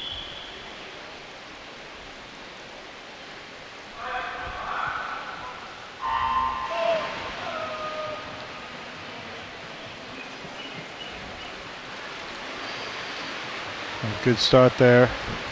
Kaylee McKeon, Lane 4. it's great underwater. She's got this one. In fact, looks as though she's going away with this a bit. 2 very good events. Yeah, big. They've probably got a body length here now. 28.35. Second, Hayley Baker, 28.94, and Sian Whittaker third in lane 5, 29.03. 28.35. It's a 0.65 improvement for Kaylee, and a great effort, seeing that she just recently finished swimming the 200 IM. And looks like the women's backstroke at the moment is really coming through for Australia. There's a lot of very good swimmers. Absolutely. Maddie Wilson, MC Bomb. Minna Atherton, who's the Minna World Atherton. Junior Champion and World Junior Record holder. I think they're over in New Zealand at the moment. Emily Seabom and Minna and a few others. Okay. Let's keep an eye on that start. Who gets the start here? Into the B final. Best starter might just carry that speed out and hold that lead. So if anyone can just do that break. Again, that middle lane. Lane 4. It's Tanya Stoffgart from Southport. Can she hold that? She got the start. She's got the lead off the start, and she seems to be holding it. But coming through in lane 6 is Paige Flynn, her training partner. Looks like Tanya will still have it. No. No. Yeah, Tanya. Yeah, she got that. She got it. Just didn't hit Just the pad. haven't got the. Got it up the top, 30.4. For event number Yeah, 57, the men's 400 So you can see how that start on both of the races, the start was really important. So those youngsters at home who are working and winner of the on bronze their skills, medal, Hayden Hinds can get you a Sydenham win. of Sopak Swim Club in a time of 4:29.63. In second place, winner of the silver medal is Kazimir Boskovic of Nunawading Swimming Club in a time of 4:26.43. And in first place, winner of the gold medal, Callum Sherrington of Carlisle Swimming Team in a time of 4:24.48. Well done, boys. Up next, we've got event 59, the men's 100-metre backstroke, featuring Josh Beaver, a semi-finalist in this event at Rio. So good things from here, and Rowan actually used to coach him at Nunawading, so knows a lot about what he's been doing, and was easily quickest from the heats through to the finals. yeah, he was out quite quick this morning and then just seemed to back off So I think he saved a little bit. He had a few events on, so we'll see what he can get he in did the there. 100 fly before. You got a good young swimmer in Leon McAllister from Carlisle, youngster who's second in the Turner backstroke coming up. So yeah, I think Josh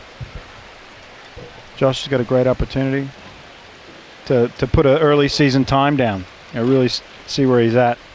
He's been in hard training. For event number 59, the men's 100 metre backstroke. In lane 0, Nicholas Honey of Yeronga Park Swimming Club. In lane 1, Jack Selman of USC Spartan Swimming Club.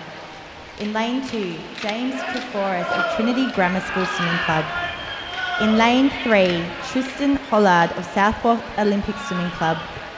In lane 4, Josh Beaver of Nunawading Swimming Club. In lane 5, Liam McAllister of Carlisle Swimming Team. In lane 6, Zach Inserti of UWA West Coast. In lane 7, Andrew Rice of Nunawading Swimming Club. In lane 8, Bowen Goff of Nunawading Swimming Club. And in lane 9, Jai Cornwall of Yeronga Park Swimming Club. I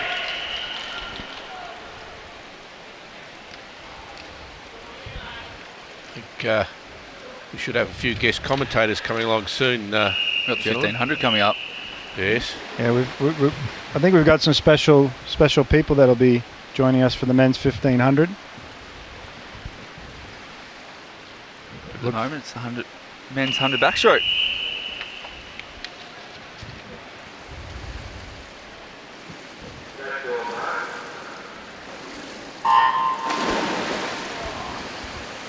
Josh Beaver, his underwater work is very good. Comes up stroking. He's already pushed himself to a lead here, but Leon's holding on to him. But Josh had a pretty extensive break since after Rio, so I think the last probably 2 months he's really been putting the work in with Scott Talbot as new coach there at Nunawading. 26:49, so a little bit quicker than this morning. Lane 4, 27:18, Leon McAllister, lane 5.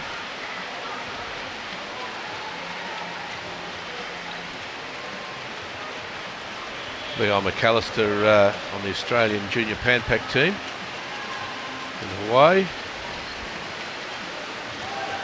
Is he more of a 100 or 200 backstroker? 200. 54.63, that's a good swim there. Followed by Leon at 55.94, and then Tristan Holland at 56.78 from St. Peter's.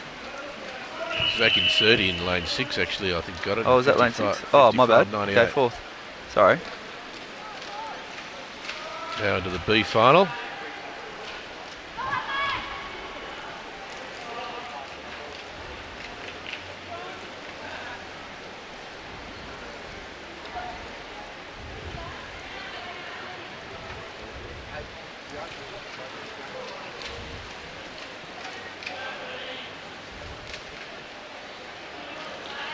So will Josh be happy with that time, Ro?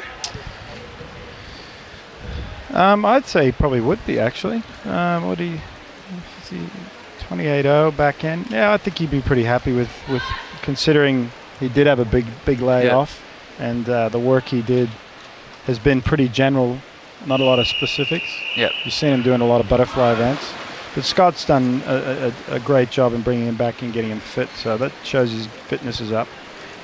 Yeah, I suppose we see a lot of the swimmers are having a little bit of a downtime after Rio, maybe a little bit longer break than they would other championships, like maybe Com Games or World Championships, just to recuperate, do you reckon, leading to next 4 years? Yeah, it is a long process to get there. I mean, as I said before, it starts now.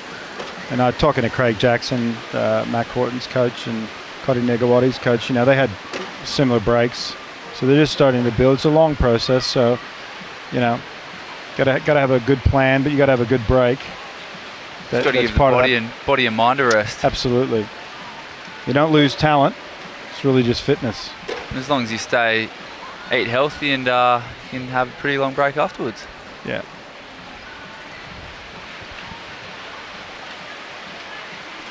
So lane 4 here. Nicholas Findyson from Furbank Aquastars.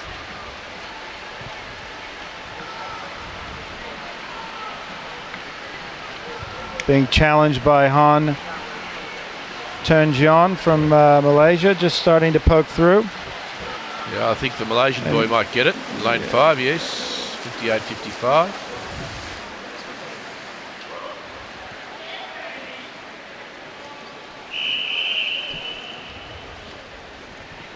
The medal ceremony for event 58, the women's 50-metre backstroke.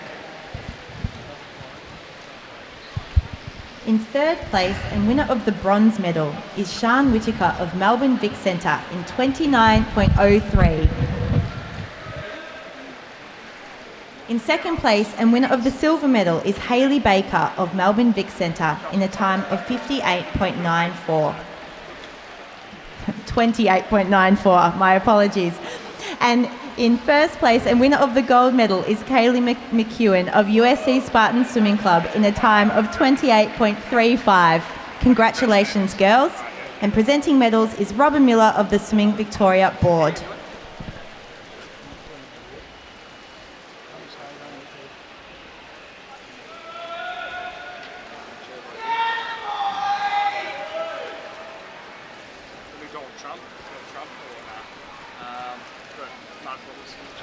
We're now coming along to the multi-class 100 metres freestyle with the final featuring Timothy Dixon. Timmy Dixon and a big contingent of USC Spartans. In fact, there's 5 of those Spartans that make up half the field. So, Very strong program up there. And also Rowan Crothers from Yeronga Our Park. finalists for event number 60, the men's 100 metre freestyle multi-class. In lane 0, Blake Cochrane, USC Spartans Swimming Club. In lane 1, Timothy Diskin of PLC Aquatic. In lane 2, Guy Harrison Murray of USC Spartans Swimming Club. In lane 3, Braden Jason of USC Spartans Swimming Club. In lane 4, Rowan Crothers of Yeronga Park Swimming Club. In lane 5, Daniel Fox of USC Spartans Swimming Club. In lane 6, Josh Alford of Tuggeranong Vikings Swimming Club. In lane 7, Alex Kirchner of Nunawading Swimming Club. In lane 8, Jacob Templeton of USC Spartans Swimming Club. And in lane 9, Patrick Getson of Melbourne Torpedoes. Good luck to the boys.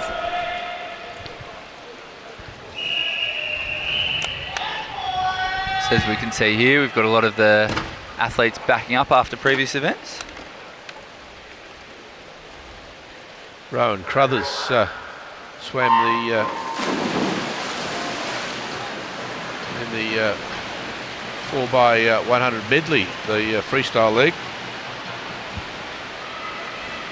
How did he go in that race? He did well. He came over the top of Sam Durant, so in the 100 free, so it was a 53 split for him. So very quick.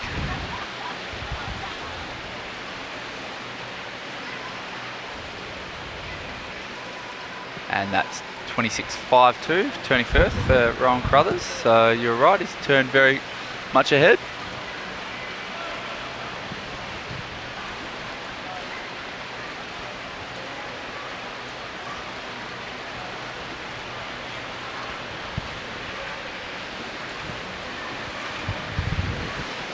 Coming into the finish here, Is Crothers? Rowan Crothers, 53.86. And a couple of Spartans in Braden Jason and Daniel Fox, but of course we'll have to wait until We have the medal ceremony calculations for come event through. number 59, the men's 100 metre backstroke. In third place and winner of the bronze medal, Zach Inserti of UWA West Coast in a time of 55.98. In second place and winner of the silver medal is Leon McAllister of Carlisle Swimming Team in a time of 55.94. And in first place and winner of the gold medal, Josh Beaver of Nunawading Swimming Club in 54.63. Congratulations, boys. Now, while we're waiting for the next race, there's a rumour floating around that there's a couple doyens of journalism or sports broadcasting in the house tonight. We might be able to try to get him down. Bruce McAvaney. Heard that he's around. I thought I saw him lurking. And even Jared Waitley, I think he likes his swimming. They might come past after the tennis, so we'll see if we can chase him down for the 1500. See what's happening. There's a good I know Bruce 20 minutes. Bruce gets very excited about all sports. Introducing finalists for Don't be event too excited. 61, the women's 100-metre freestyle multiclass. In lane 0, Ruby Halliday of Ballarat Gold Swimming Club. In lane 1, Caitlin McKay of Warrnambool Swimming Club. In lane 2, Jamie Lee Getson of Melbourne Torpedoes. In lane 3, Emily Beecroft of Traralgon Swimming Club. In lane 4, Monique Beckwith of MLC Aquatic. In lane 5, Monique Murphy of Southport Olympic Swimming Club. In lane 6, Ruby Storm of Traralgon Swimming Club. In lane 7, Claire Barr of Nyatu Bay Swan Hill. In lane 8, Ashley Pettigrew of Warrnambool Swimming Club. And in lane 9, Amber Stelling of Cheltenham Amateur Swimming. Good luck, girls.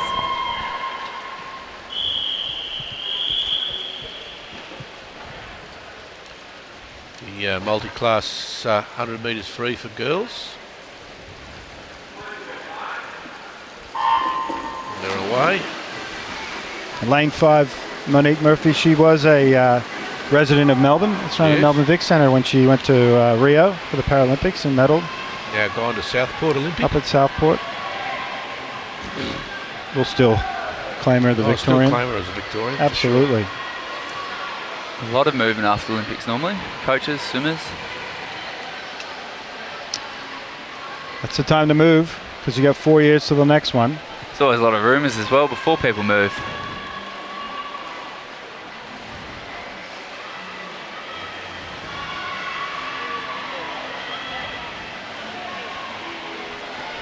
Looks like Monique had the edge there of Monique Beckworth, but lane 4 is kicked back away.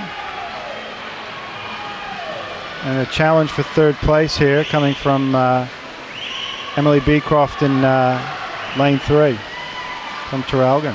You've got to remember Monique is a S15 compared to Monique Murphy and Emily Beecroft, who are both S10 and S9 respectively. So I think they might be just ahead once the final results come through.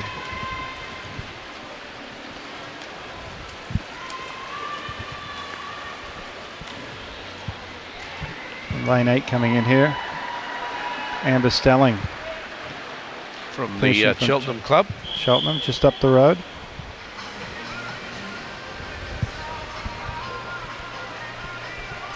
I think we're waiting on, we've got a few medal presentations in the big 1500 featuring Mac Horton, the 400 metre Olympic champion. I think he finished maybe 6th in the 1500 as well, so that'll be exciting. Absolutely. With any chance you get to see the quality athlete that Mac is racing. Early season, it doesn't really matter. He's a quality athlete with amazing technique for the 1500. That's really great for all the youngsters out there to just watch his technique, watch his turns, breakouts, learn from the best.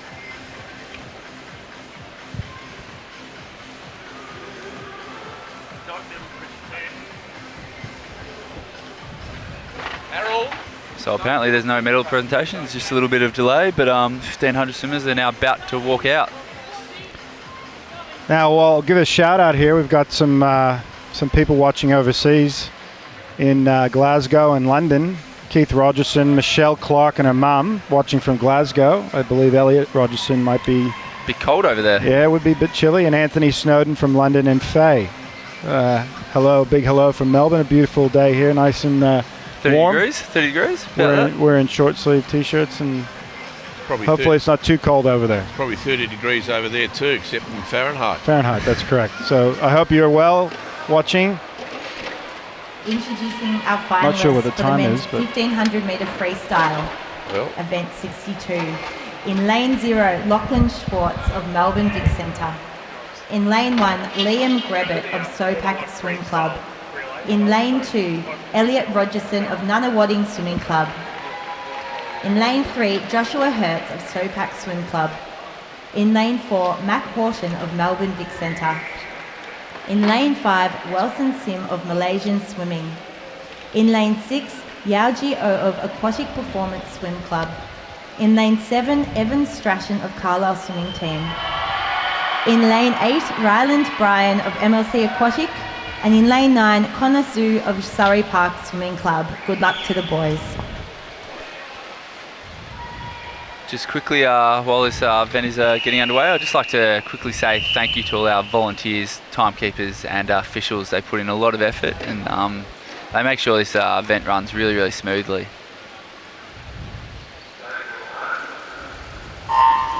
These events wouldn't be anything without them, and especially also the sponsors, Funky Trunks, Funkita, Physio Health and also Evo Sportswear. So thank you to all them, and thank you to our volunteers for all the hard work they do.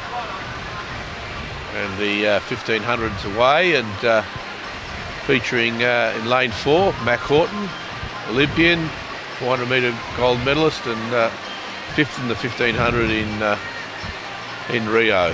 So we've also got Wilson Sim from Singapore, from Malaysia. So it looks like he might have a strategy. Just try to stay as close as Mac and you'll go a PB. I sometimes did that in 1500. If you just try to stay as close as possible to someone, you'll end up getting a bit of a PB. unfortunately for him, he's about a minute behind Mac, so we'll see what happens.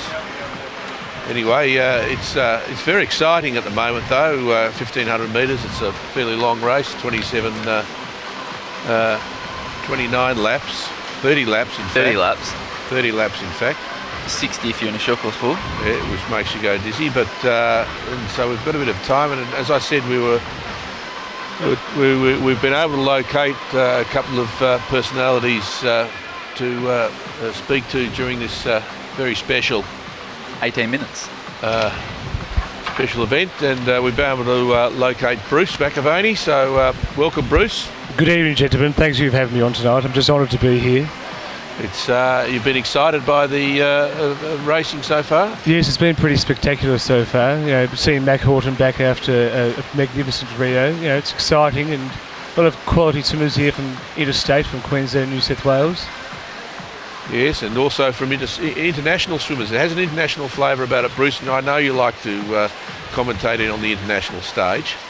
Yes, I do. It's very exciting, isn't it? Now, Bruce, what have you been up to since the football season's been over? Well, I've been just out the Australian Open of lately, just commentating there with Jim Career, and it's been quite good so far.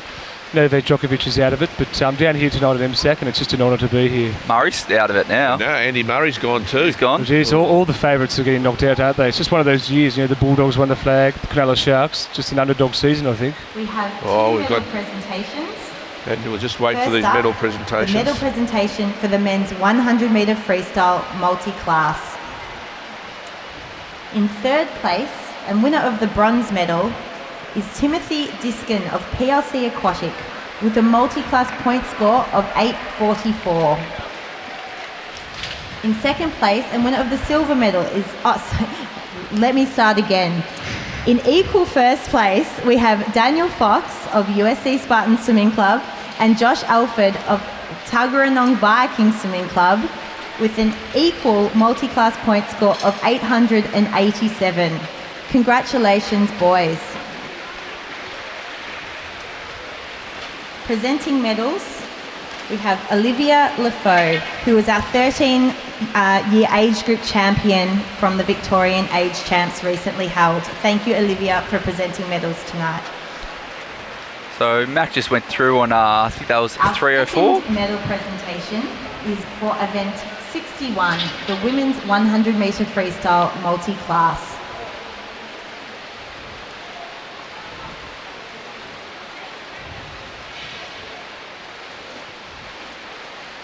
In third place, Monique Beckwith of MLC Aquatic in a time of 104.35 with a point score of 706.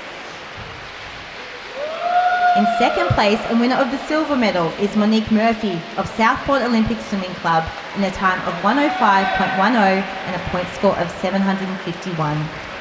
And in first place, and winner of the gold medal, is Emily Beecroft of Traralgon Swimming Club in a time of 106.06 and a point score of 790. Congratulations, girls. Great swimming.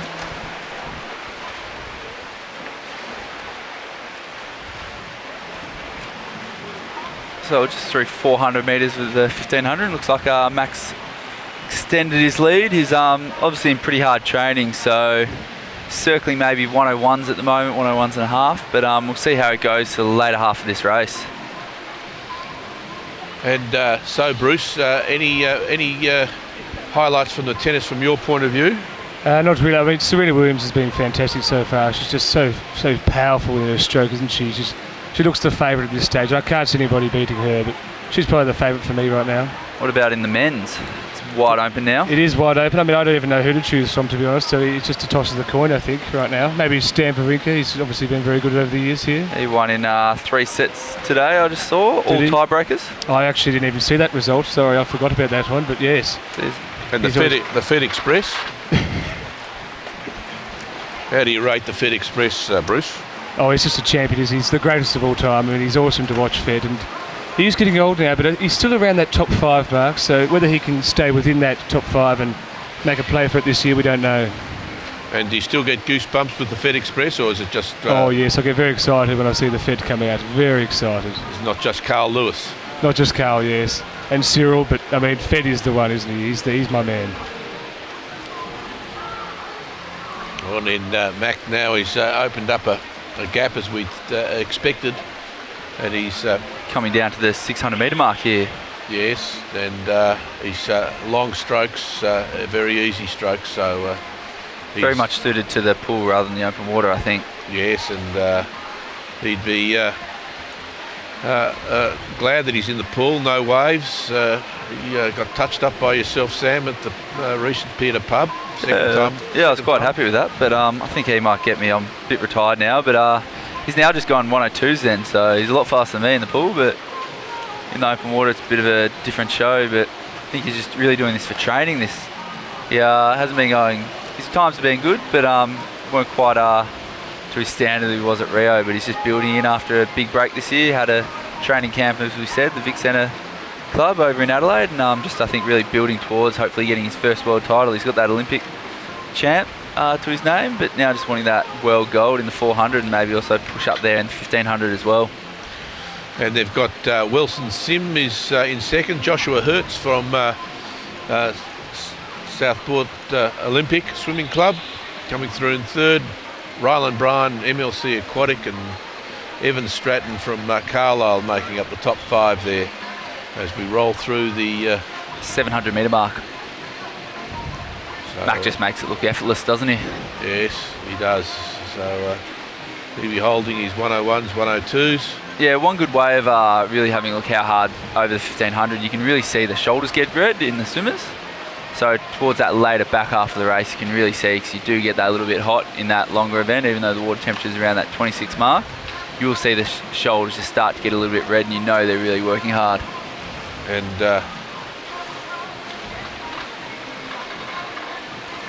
so he's through the halfway mark. Yeah. Thank you, Bruce. We're now, in fact, moving through, and I see now that we've got Jared Waitley. Evening, everyone. Thanks for having me. It's an honour to be here. And Jared, how have you spent your summer? Just watching the cricket on ABC Grandstand. I've just been at the SCG today, but I've somehow got back down to MSAC. Did you, the Australian boys, I saw they posted 350. Yes, David Warner hit a magnificent 100 there, didn't he? 130 I saw, yes. So they're going very well. They haven't really posted that high scores lately, so it's good to see they cracked the 300. Exactly right. David Warner, he's just an unbelievable player, isn't he? He's well supported by Stephen Smith. Yeah, and I think Maxwell also supported with an 80 there as a quick fire. You can never... obviously they dropped him for a little bit, but they're probably glad he's back. The Big Show. What did you think of the Big Show there? Well, it's just a bit of the up and down, isn't it, with the Big Show? When he's on, he's on. When he's off, he's off. But he seemed to play his role today, didn't he? Yes. So moving through now the 1500.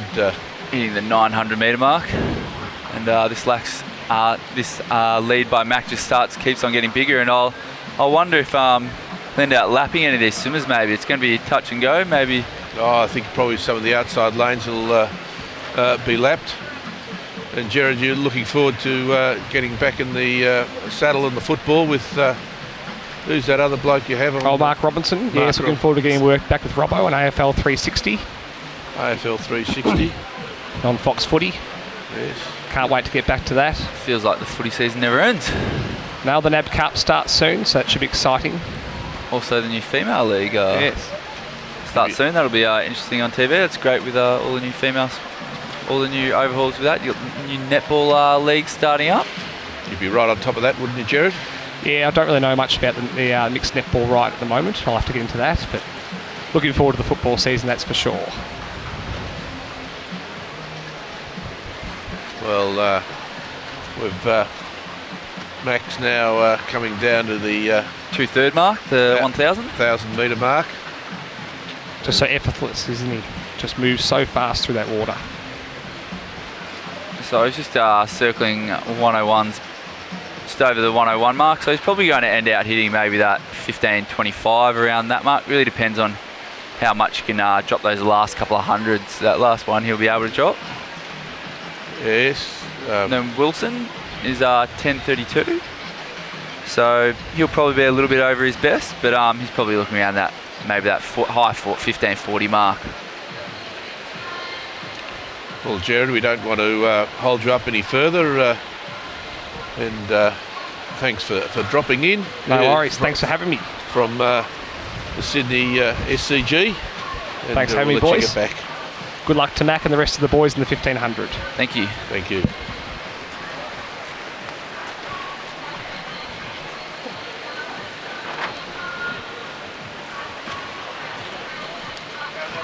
So we're nearing the end of the lovely weekend at the Swimming Victoria Open Championships. There's only a couple more events after this, and obviously thank you if you've been watching all weekend, and hopefully you've really enjoyed all the broadcasts. And it's a good little treat having Mac to finish it off in the 1500 and a couple of relays as well.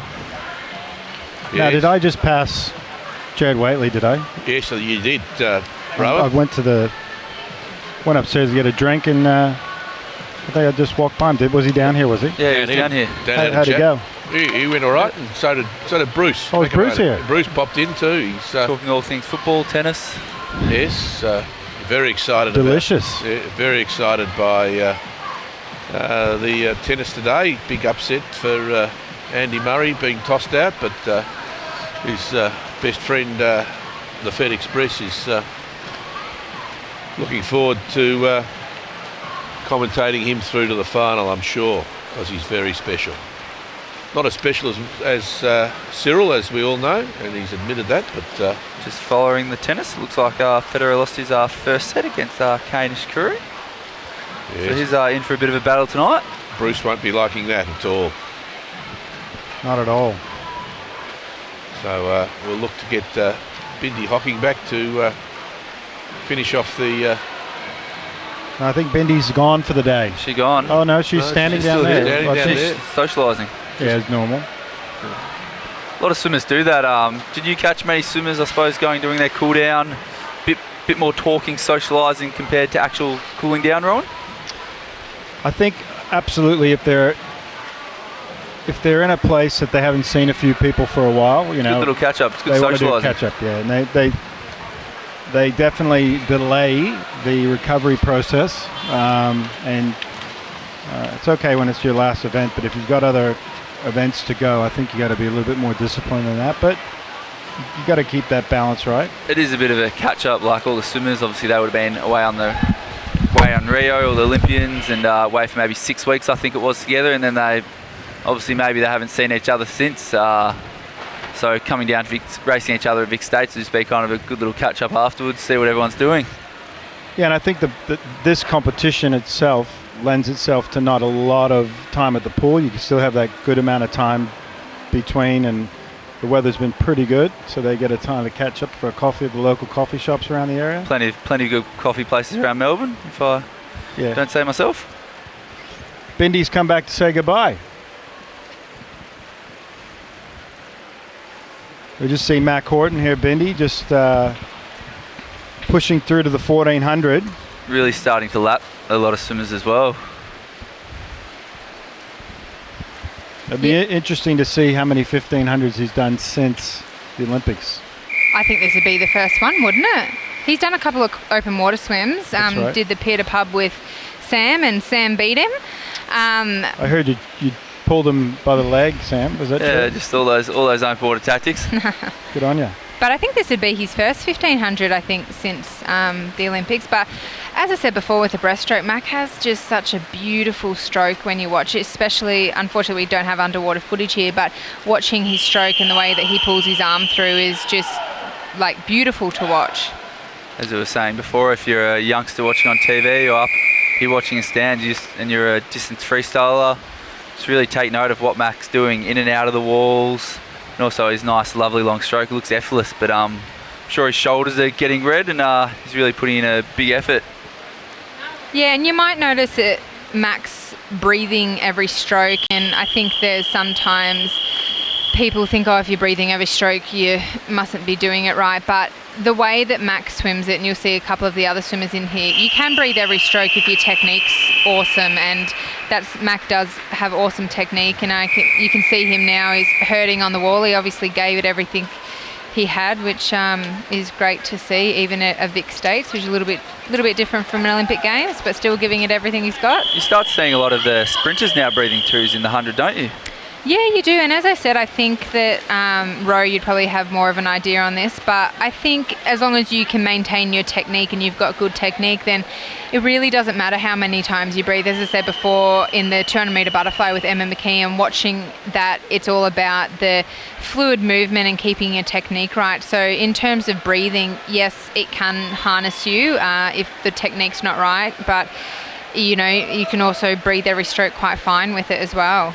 So we had Wilson Sim from Malaysia with a 1550, finishing second, and then Joshua Hertz from Sopak with a 1556. So a little bit off their best, but they'll be just happy to sneak under that 16-minute mark. So they were holding 103 average there, and Mac was holding a 101.3 average for his. So a little bit of a difference. But it's always probably enjoyable for them to race someone like Mac. I always enjoyed racing some of the people I might have looked up to when I was doing the 800s. I might have been in lane 8 or 9 of the Vic Champs, but Grant Hackett back in his heyday was always in lane 4, so that was always exciting for myself. Anytime you get to get a group of athletes that are quality racing each other, as a coach, it's always really good to watch. The good ones make it look easy. As I said before, they always just look bigger in the water, don't they? Whenever I see professional golfers golf, I always think, that looks so easy, I think I can do that. And then you go and do it and you're not as good. Then I go and do it, and no, not even close. So up to event 63, women's 400 metre, 4x100 metre freestyle relay. So this is the second last event on the program, and there are 2-time finals in this. I think you thanked the officials before. Is that correct? Yeah, I'll thank the officials. Volunteers and thank them again. Fantastic. They're the ones that keep this meet moving along and flowing. Very appreciative. Also, the sponsors are Funky Trunks and Funk Eater, perfect place to get your bathers. And Physio Health, great physios there, and also Evo Sportswear, some great sportswear if you want to go to the gym or anything, or just want to go for a run. Swimmers in the women's 4x100 metre freestyle relay. Getting to the really exciting end of the meet now.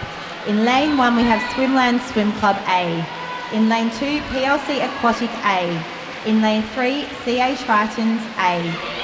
In lane 4 Q Swimming Club A. In lane 5 DVE Aquatic Club A. In lane 6 DVE Aquatic Club B. In lane 7 Inner City Aquatic A. In lane 8 Ballarat Gold Swimming Club.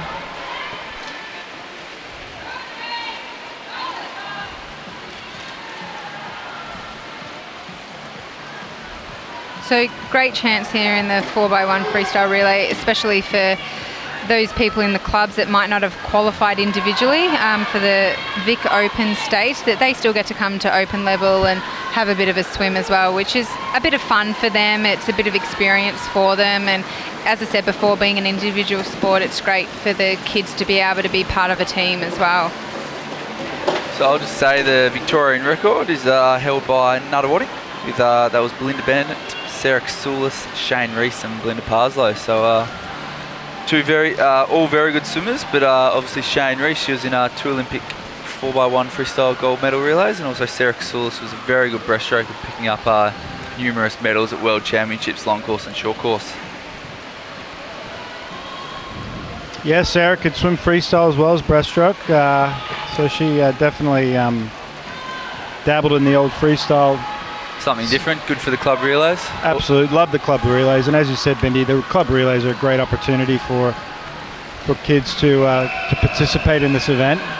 And it's really, a team event, one of the minor team events. Really mixing it if you've got a few leaders at your club for your younger age groupers, maybe to swim with your more mature athletes in the club and learn off them. That's right. And leading here, Q in lane 4. Good practice for the relay changeovers as well. I know that it's a tricky one. I've done it myself, but get disqualified for changing over too early. So it's great for them to be able to practice in not too big of an environment. I think it's just a way of competing without that individual pressure you can put on yourself. It looks like Q's going to take this first heat out. Just like to say before we finish up tonight, we obviously thank the officials, thank the sponsors, but also thank you, the watchers on Facebook, on Channel 31, all over the weekend. Hopefully you've got a little bit out of this, and whether you're just tuning in to watch a family member or friend just in one single event, hopefully this has made that a little bit easier and a bit exciting just to be able to flick on the phone or watch it on TV and get some live swimming, which isn't as common at a high level, but it's just great having it down here at the Victorian Open Championships. Channel 31 is just fantastic that they've come on board and really shown this, and on the free-to-air channel. I think that's a great initiative, and we hopefully the beginning of a long-term partnership. And I think not only people watching it, but hopefully, you know, like when there's major sporting events in Melbourne, like the tennis, you see everyone getting out with their tennis rackets and having a go. They might not be world champions, but there's a team in there in the Channel 31 team. Thank you to giving us the opportunity. But as I said, it might hopefully spur other people, not only in Victoria but in Australia, to get out and get in the water and have a go. Swimming's a sport of life and for life, no matter your age, your disability level, or whether you're male or female. It's one of those special sports. So I think it's really great to be able to get people in and have a go, and hopefully spur some people on to learn to swim. There's adult classes as well as kids classes. It's kind of that play it safe by the water, obviously. Yeah. You never want to swim alone, and even if you don't go on professional, you mightn't race at a state level, but if you can just learn to swim, it just means you're safe around the water and you can enjoy it. And you also just look out for other people as well in the water, so never swim alone. And while we're on that topic, if you're swimming outdoors, just make sure you slip, slop, slap, and get the sunscreen on you. Especially with the weather like it is now, it get burnt pretty quickly, but it's a great way to enjoy yourself and enjoy each other's company. But as you said, Bindi, there's a lot of different levels of swimming. Yep. And I think it's really important, as I said before, it doesn't matter who you are or what level you're at, there's classes for everyone. And I think being in Australia, we're surrounded by water, so there's beautiful beaches, and it's great to be able to know how to swim at those beaches and feel safe in the water as well. Absolutely. And we're now going to see some quality swimmers in the second heat of the 4x1 free relay. A few scratchings. We've got Melbourne Vic Centre in lane 4A. Is that getting led off by Kati Negawati, Olympian? She finished 6th at trials, didn't she, in the 100 freestyle? Possibly. Didn't get a chance to swim the relay, but in Rio. Pretty hot relay to get that heat spot in Rio. In lane 3, Nunawading Swimming Club A. In lane 4, Melbourne Vic Centre A. In lane 7, Melbourne Vic Centre B. In lane 8, MLC. So Cotty leading the way, 27.4, followed by Kayla Costa from Nunawading, 28.26, actually out in lane 9 in Southport. I think it's important for those of you out there to just check your local areas, because there's a lot of really good learn to swim programs and clubs out there that are really keen to engage in helping you become safer in swimming. So And nowadays there's heaps of master swimming programs out as well, and you're a master at 18, surprisingly. So if you're 19, 20, don't think you can't be a... do masters? Pardon? Are you going to do masters, Mindy? I don't know, maybe. Do you still get in the pool much, right?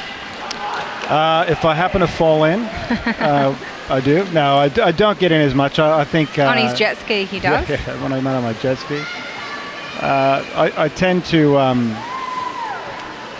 to do other things. I did swimming for so long, but not for training purposes, that's for sure. Prefer to go for a ride, but I get in with my kids and keep them enjoy that part of it. But as far as the old training, no, I did that for many years. But I'd stay in touch with the water for recreation purposes as you can. This is Sean Whitaker, I think, coming up to touch first at Vic Centre. No, Elise Woods. Elise Woods, okay, yep. Sorry about that, incorrect. So Sean's up next. Yeah, Elise just swam in the 200 freestyle, so she can do 100 and 200. Kept up the lead for Vic Centre there. They've got a pretty defined lead. I think it'll be hard for Nana to catch them, Nana Wadding. We've got Julia Hawkins, one of the up-and-coming junior Pan Pac swimmers, Julia was.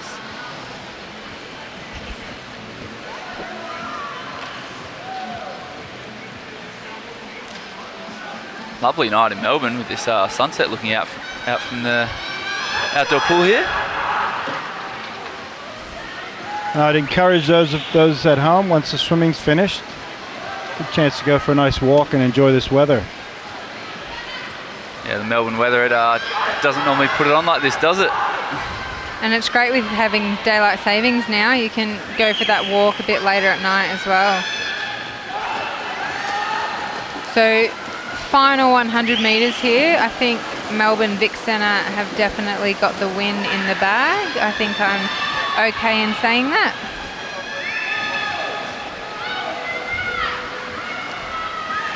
Sure, they've all done a lot of races this meet, and it's just a nice little race to finish off with. The 4x1 freestyle relay, good for the club, and sure a lot of swimmers, they might be back in the water either tomorrow morning or tomorrow night, back into training. I think you'll find this time of the year, Sam, with the preparation, this is probably the one I know I found with me. This is the one that would kick off that real stretch into trials. So training the next day was definitely, this was part of training. This was always presented as this is your training. I think I would always whinge if you didn't give me the morning off though. Yeah, well that's you. But most athletes were keen to get back in, not have a morning off. In saying that, everyone's coming in hard training under hard workloads, but absolutely, when you swim well, it just gives you that little bit of confidence leading forward as well. And you'd find that most of the swimmers, we see Vic Centre winning there 3:49.0, and you find most of them will just do easy swim for a few days. You don't need to do real quality keep training. the heart rate down a bit. Just ceremony for roll the event arms 62, over. the men's 1500 metre freestyle.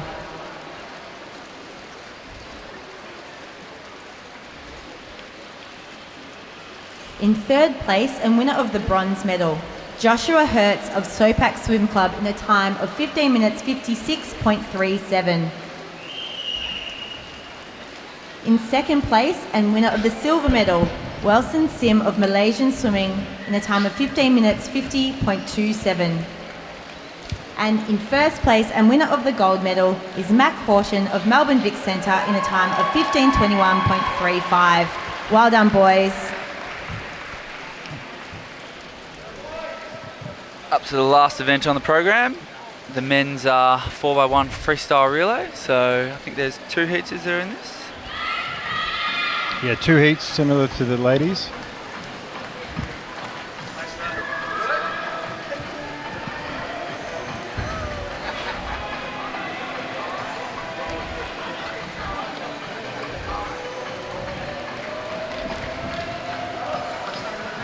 So we now have the first heat of the men's 4x1. There's 2 heats, I'm pretty sure, for this. And as I said, a chance for some of the young guys to get a bit of a swim that may not have necessarily qualified for.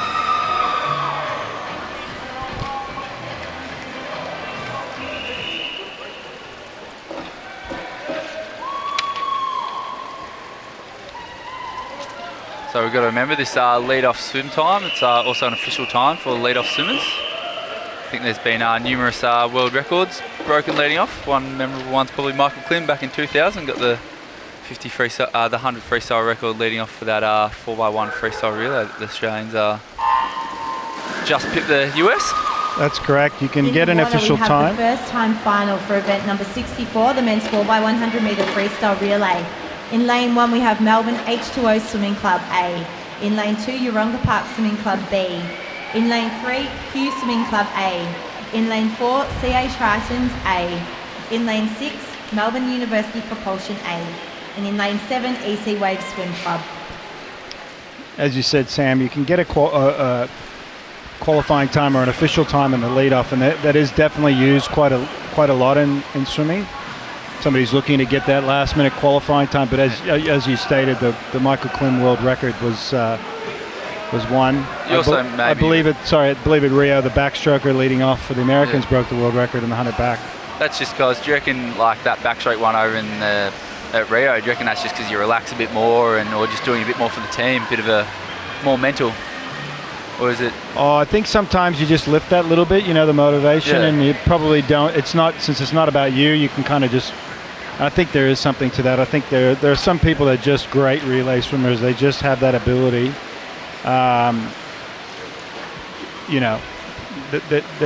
They have the ability to just lift in relays. Because it's also very important with, say, if you're the second or third swimmer, you might start a little bit behind and maybe not so much in the 4x1, but if you're doing a 4x2 relay, not to spend all your gas trying to chase them down maybe the first 50 or the first 100 of the relay.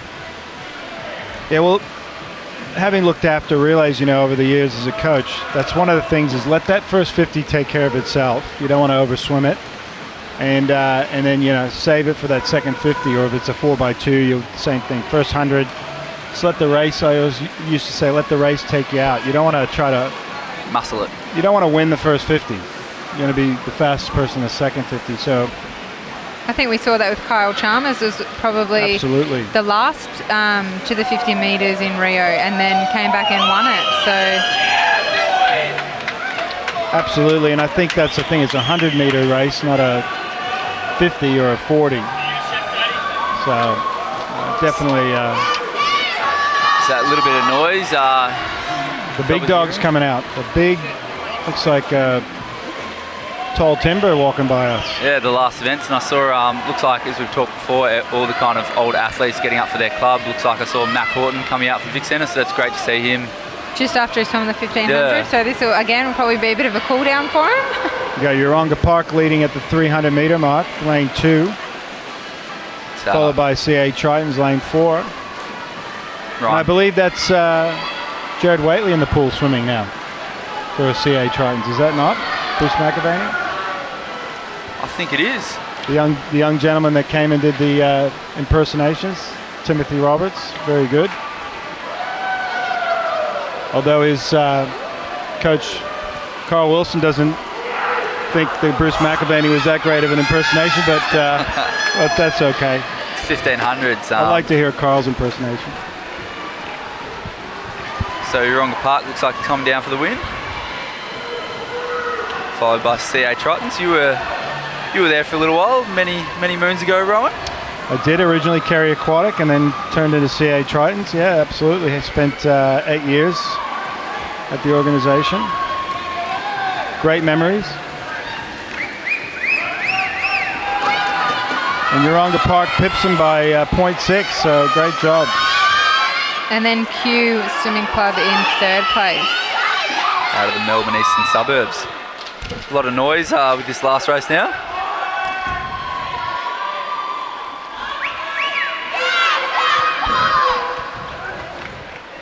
Got quite a few A and B teams in this next race, which is great. Clubs can swim 2 teams if they want. They can swim A, B, C and D if they've got enough swimmers. And basically the A1 is the fastest swimmer of that club, and the Bs are the people that they just want to give another chance to.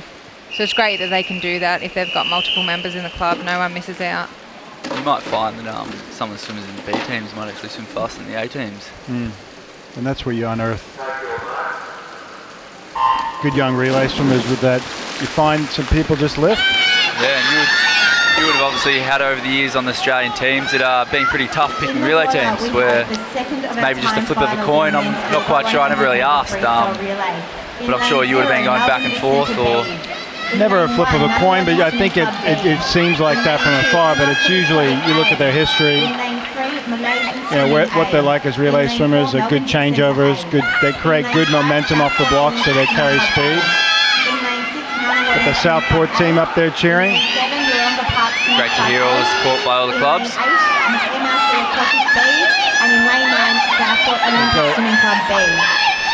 The Malaysian team just out in front there. Just ahead of Melbourne Vic Centre. Mitchell Wright Davenport, Southport, Vic Centre, Nuttawading all coming through.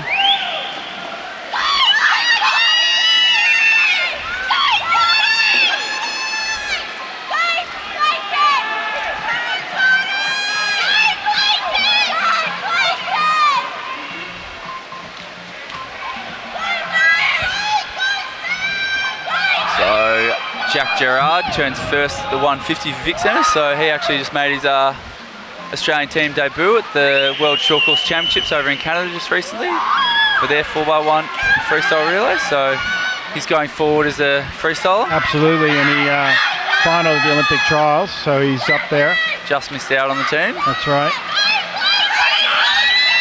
Looks like they're going to put Matt Horton on the back end, so they're giving him more time to rest off that 1500. This will be a very quick race for Mac in comparison to the 1500 he just swum. He's gone under 50 points, but I'm not sure if Ro would agree with this on myself, but I always found if you had maybe 100 freestyle after it, because you've been going your aerobic energy system in the 1500, then you go dive in 100 and you're going anaerobic, so different energy system. Maybe Rowan won't agree on that with me, but... No, I've no doubt that you can be a little bit more opened up and a little bit more prepared to generate it's still power. Hurt. Absolutely, but depends what type of swimmer you are. He's a very aerobic animal, so he might surprise himself here. So we got a 2:30.284, so we'll have a look at his split. And you've got 4 teams here, or 3 teams vying for the minor placings. Malaysia, Southport and Nunawading. Yeah, I think it's going to be quite a close call for second and third even, but Melbourne Vic Centre again, like the females, has I think got this one in the bag. Very strong club. Craig Jackson and Ian Pope leading the way there. Absolutely, some very quality men in coaching. Ian Pope, a legend of our coaching, and Craig obviously with his fantastic work with not just Matt, but the whole Melbourne Vic Centre club. I think we've got quite a bit of cheering above us. The noise for Southport, they're definitely cheering on their teammate. And Melbourne Vic Centre, Malaysia, and then Nuttawading. Oh, Nuttawading pinched the bronze there. Looks like Mac's hurting a bit.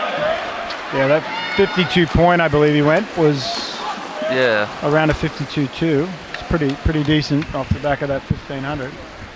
That's Craig. He'll be just happy with all his racing over the weekend. Absolutely. So that's the final event for the day. We've just got, and the final event of we have the medal presentation for event number 63, the women's 4x100 metre freestyle relay.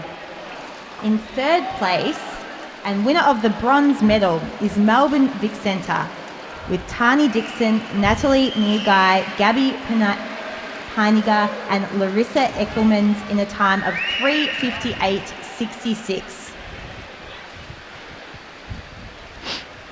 And that's Melbourne Vic Centre B.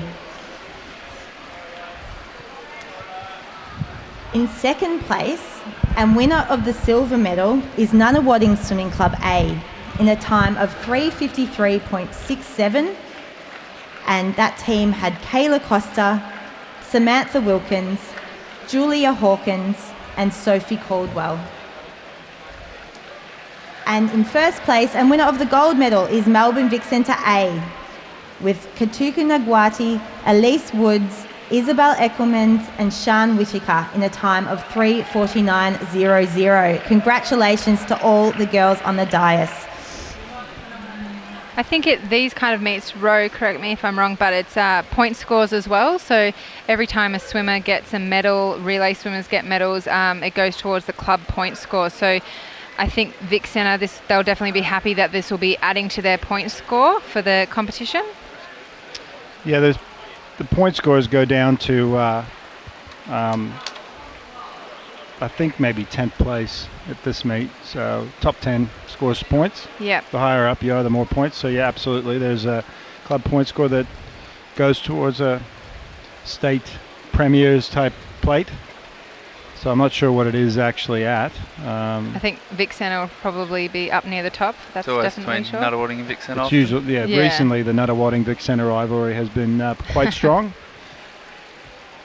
So yeah, I'm not sure if they announced that tonight, but there'll be a point score final and some sort of premiership plate awarded to the club. I think they do, and the club captains of that team get up and get the award for the club.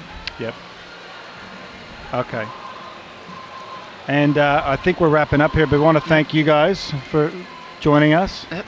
And thank again Channel 31, Swimming Victoria. And everyone who watched it, and obviously the sponsors as well, Funky Trunks, Funkita, Physio Health, and Evo Sportswear. Thank you to all them, and yeah, especially everyone who watched. And Anthony Schlick, wherever he disappeared to. And hopefully we'll all see you again next year. Absolutely. And you can remember, if you don't want to see it, if you missed out this year, you can always come down and watch it live. Yep. Appreciate it. It's fun. Thank Good you. fun. Yeah.